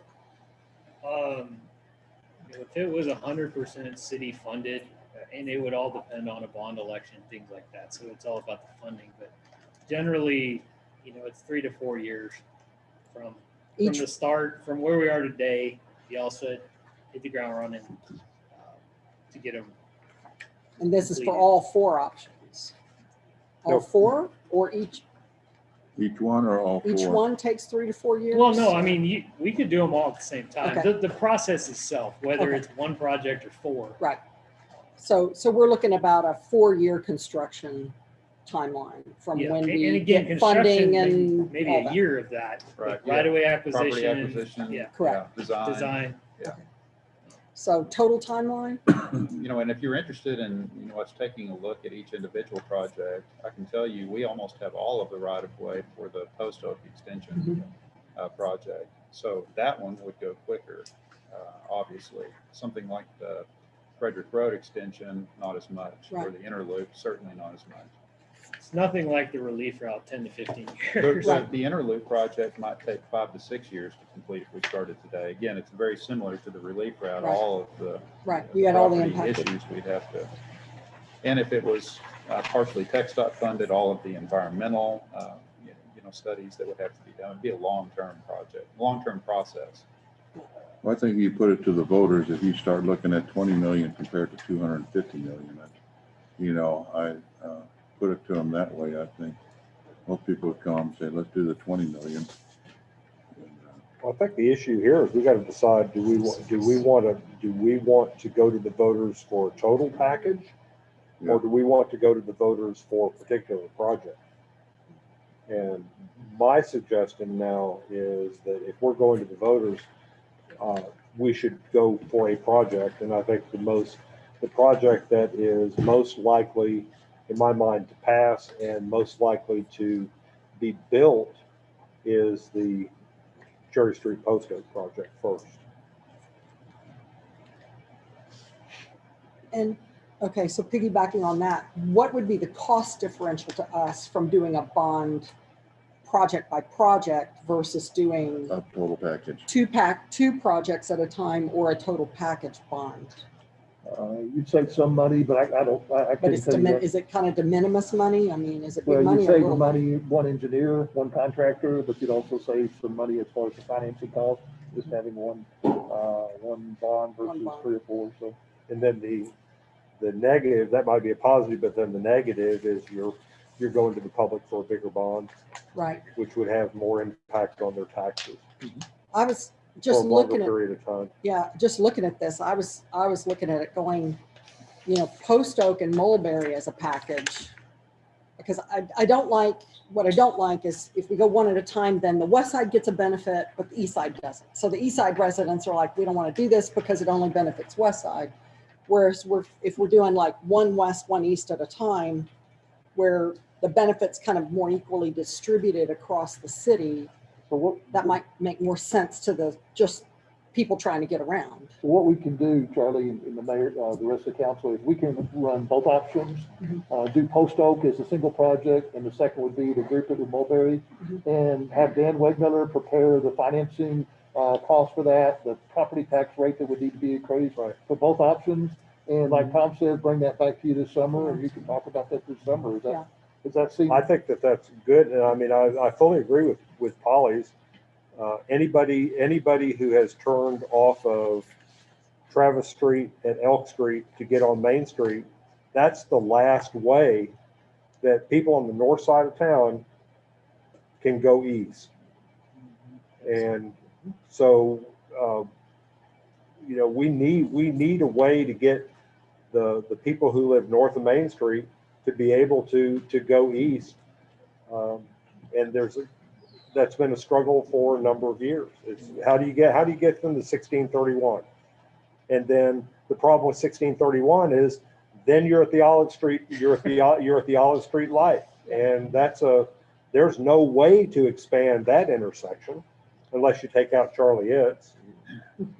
At the Who we staff, gonna- at the staff level, we've gone back and forth on what project we feel would be most beneficial. At first, we thought it'd be a Cherry Street extension, and then we've gone to the Mulberry extension. And as Polly mentioned, in the end, we feel that doing both of them will be, have the greatest advantage, have the greatest impact, certainly.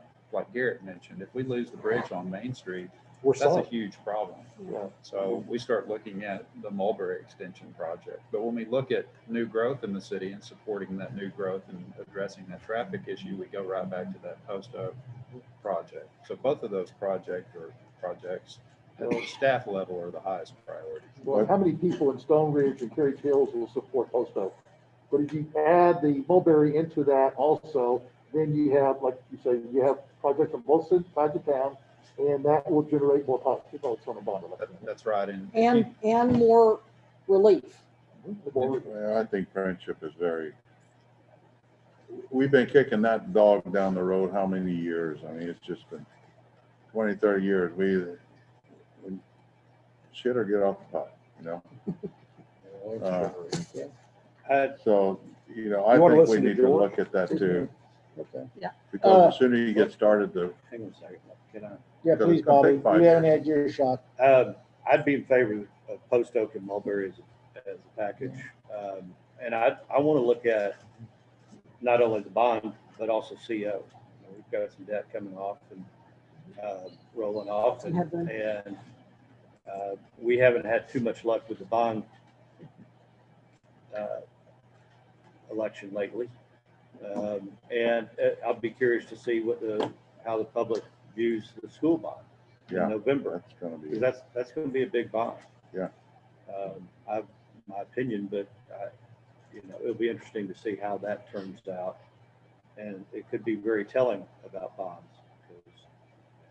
So I think we need to look at both bond and CO. I agree that we need to let the voters know what we're doing, but I mean, be aware.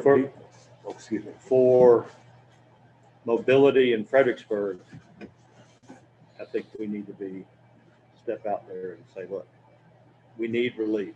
And this is one way of doing it. They saw what happened when we opened up Milam, when all we had was Kerrville Highway going out to high school in that area. Yeah. Opening that up made a big, huge.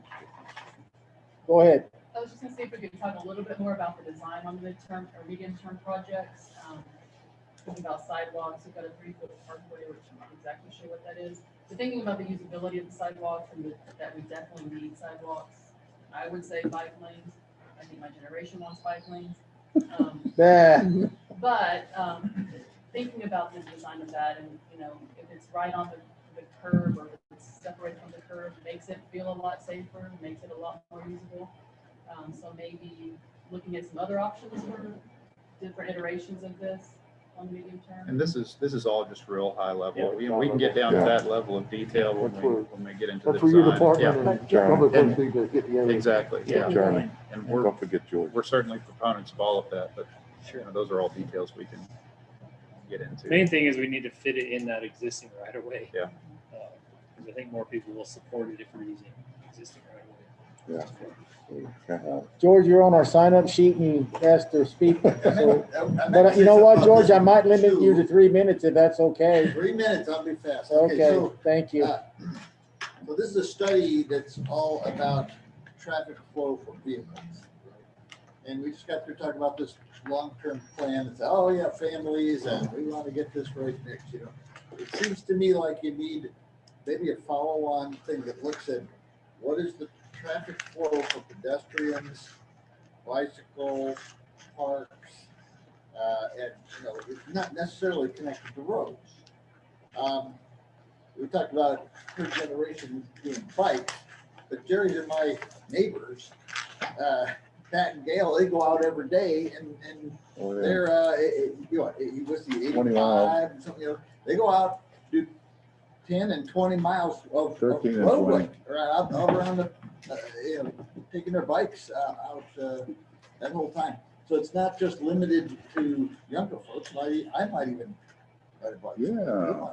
But the point is, I don't think we have a study Yeah, the Jeep. necessarily that's as comprehensive as the traffic flow when it comes to providing other, you know, pedestrian vehicle traffic. You can't go up Cross Mountain without, on Milam, from where we live, without it being dangerous along Milam. It's, you know, I'm talking to Anna, maybe we want to just build our own little We path. got that right of way right there. There's a right of way there that a lot of people walk up in the houses. Yeah, that right of way could be improved so that you can Yeah. ride a bike. But the point is, people don't, the study should be done, I think, about our accessibility around town. If you want to include more of family and middle income, and so. We did a study on walking paths or bike paths a while back. So the transportation master plan speaks a little more to that. Again, the traffic impact study looked at some Right, yeah. some very specific projects. As we're getting into the comp plan, I mean, the timing of all this works out very well. Because even for these future projects, we need to account for those on our future thoroughfare plan. Already talked to Jason and Anna a little about trails plan. We have a plan, but there hasn't been much done in the past. But with some of the developments that are occurring, that's becoming a hot topic again. So. Thank you, George. And I think one of our immediate issues is how do we move people from point A to point B?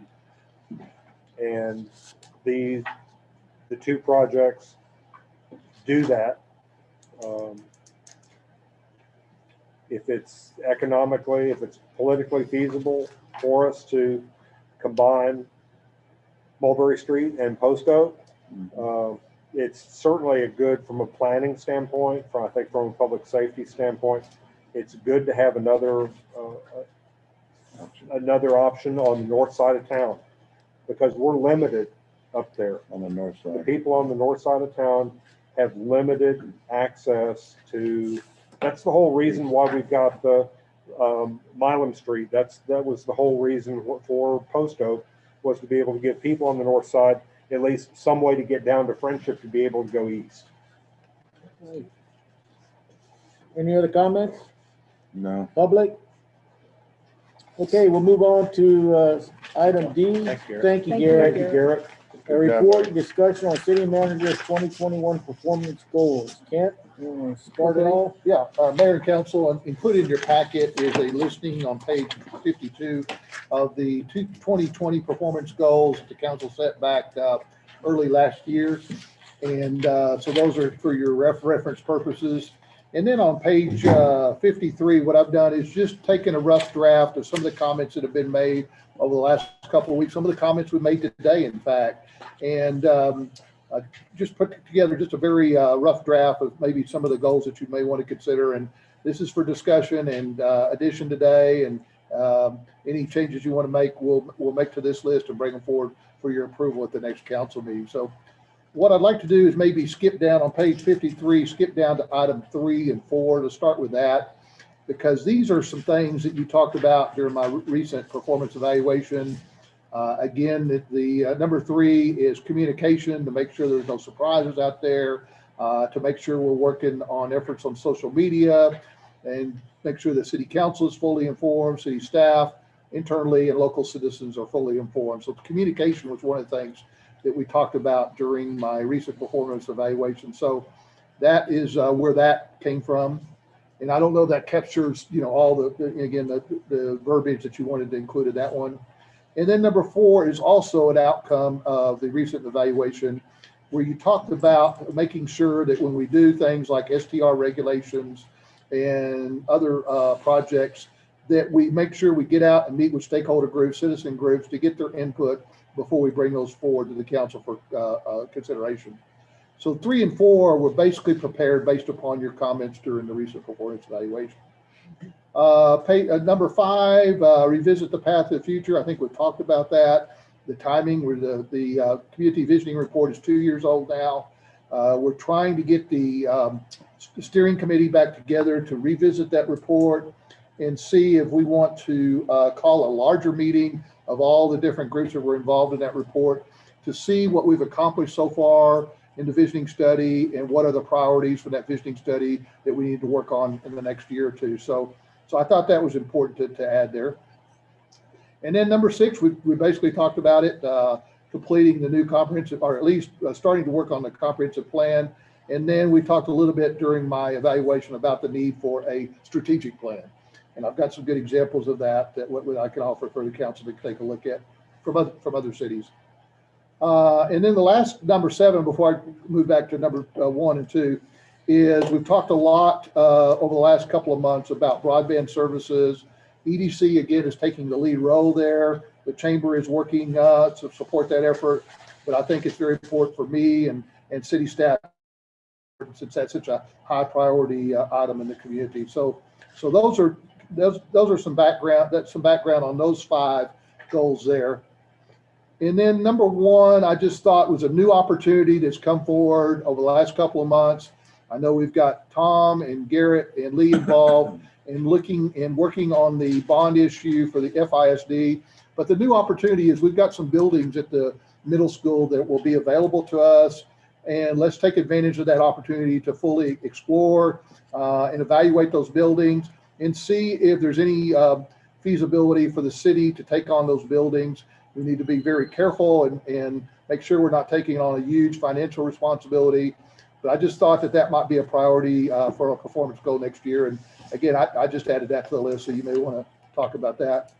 And then number 2 is kind of a continuation. Over the last year, we've been working on a 5-year city financial plan, and I'm just suggesting that you require us to complete that plan for this year as one of my performance goals. So that's kind of where I came up with the 7 there to kind of open the discussion there and see what the council wants to change and add and delete from that list. Well, I think you could get middle school and work something out there with them. Boy, you could get the police, you could get everybody in there and have plenty of parking, and it would be in fact, Councilman Musselman and I talked about that yesterday. We want to have the police department. One of the first things we want to do is organize a tour of the buildings there with the various city departments and see again whether we can open our eyes to some possibilities of that some of those buildings on the campus. So Yeah, I think we're gonna try to schedule it, aren't we, Tom? I think so. A tour. I think it'd be wise just Yeah. to see what's, Take a look. see what's out there.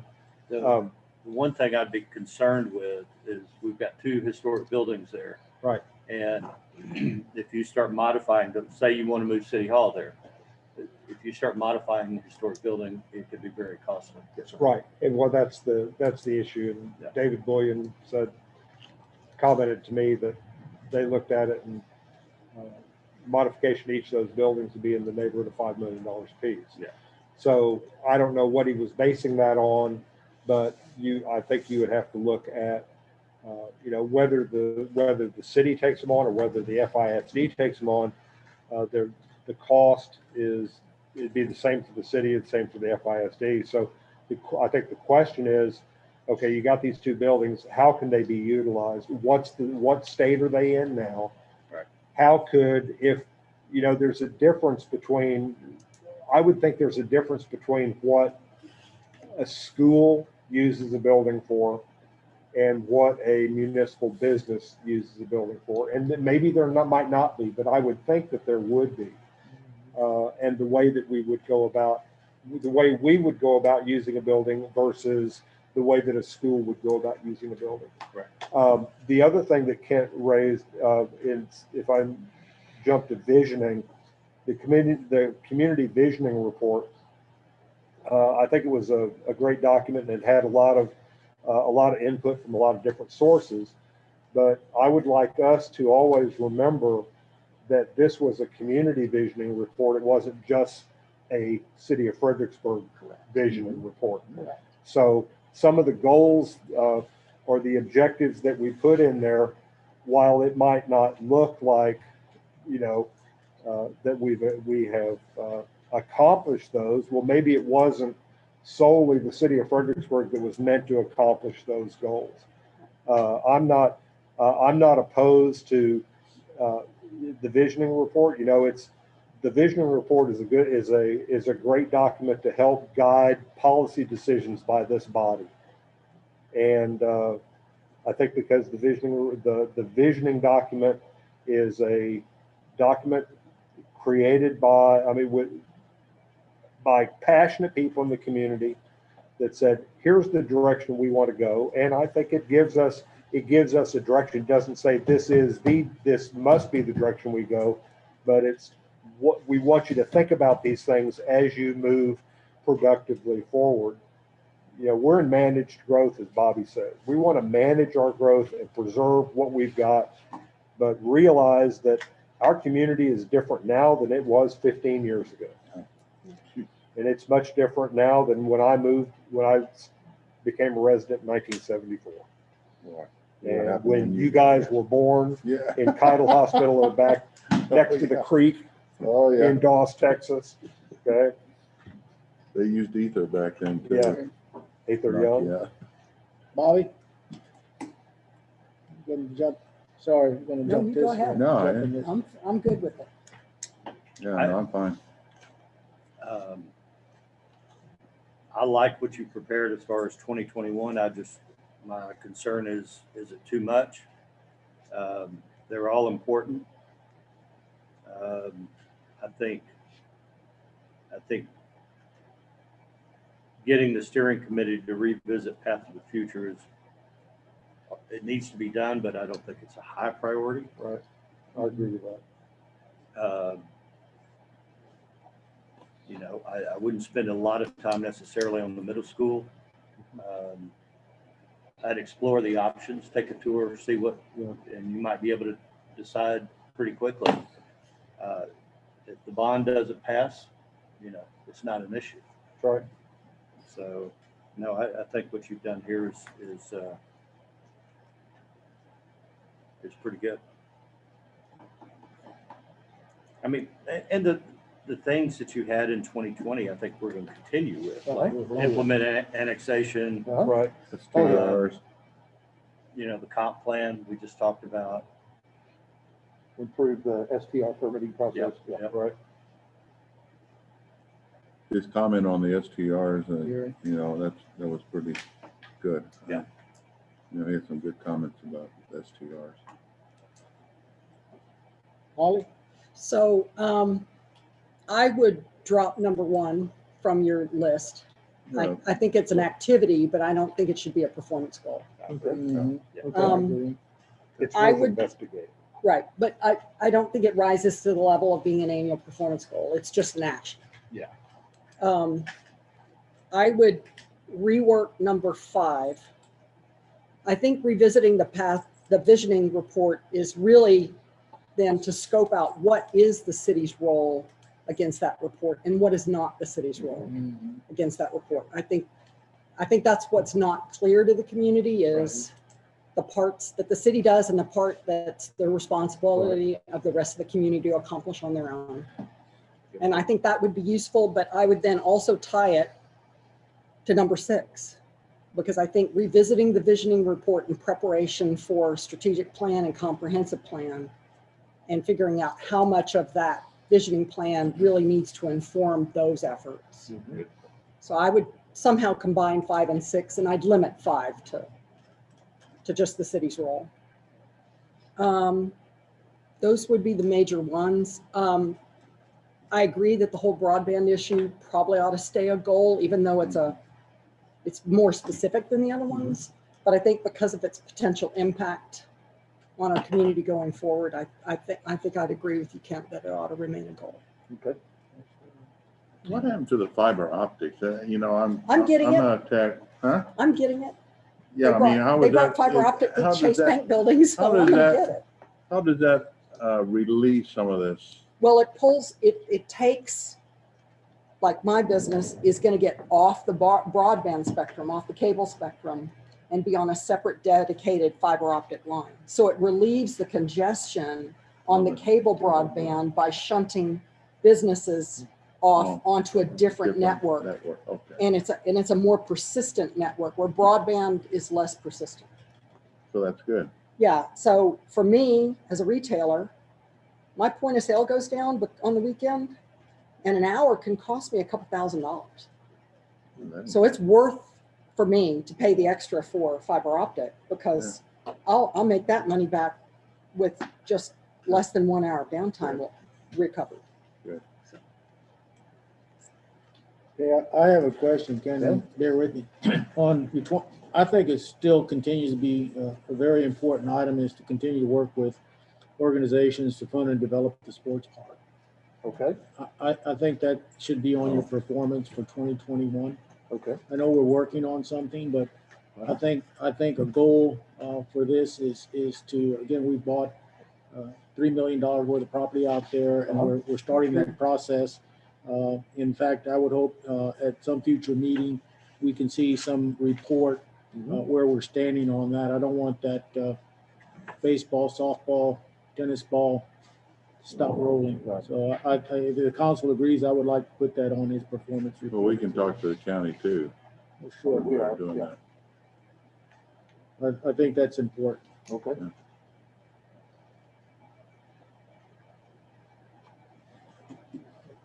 Anything else?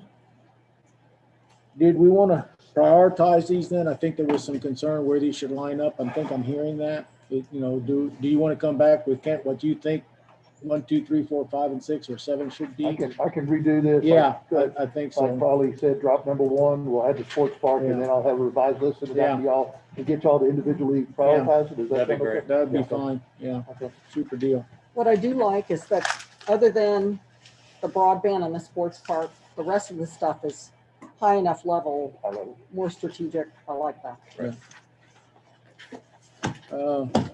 Seems like we might be at the end, but I do want to mention we did have one written comment presented. I'm sure you all have received it from a Michael McCree. I wanted that to be a record.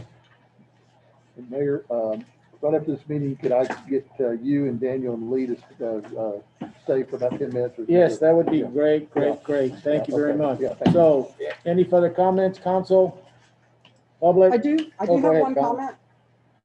Thank you for only doing 4 items today. It was more relaxed. It felt more thoughtful. Didn't feel so rushed. So as one of your council members, I appreciated the effort to get us Thank to you. just 4 really good topics. George, you're on the list. Were you raising your hand or you want to go home? Already talked. Okay, good. I thought you saw your hand. I'm sorry, there's a glare. I couldn't see what you were doing there.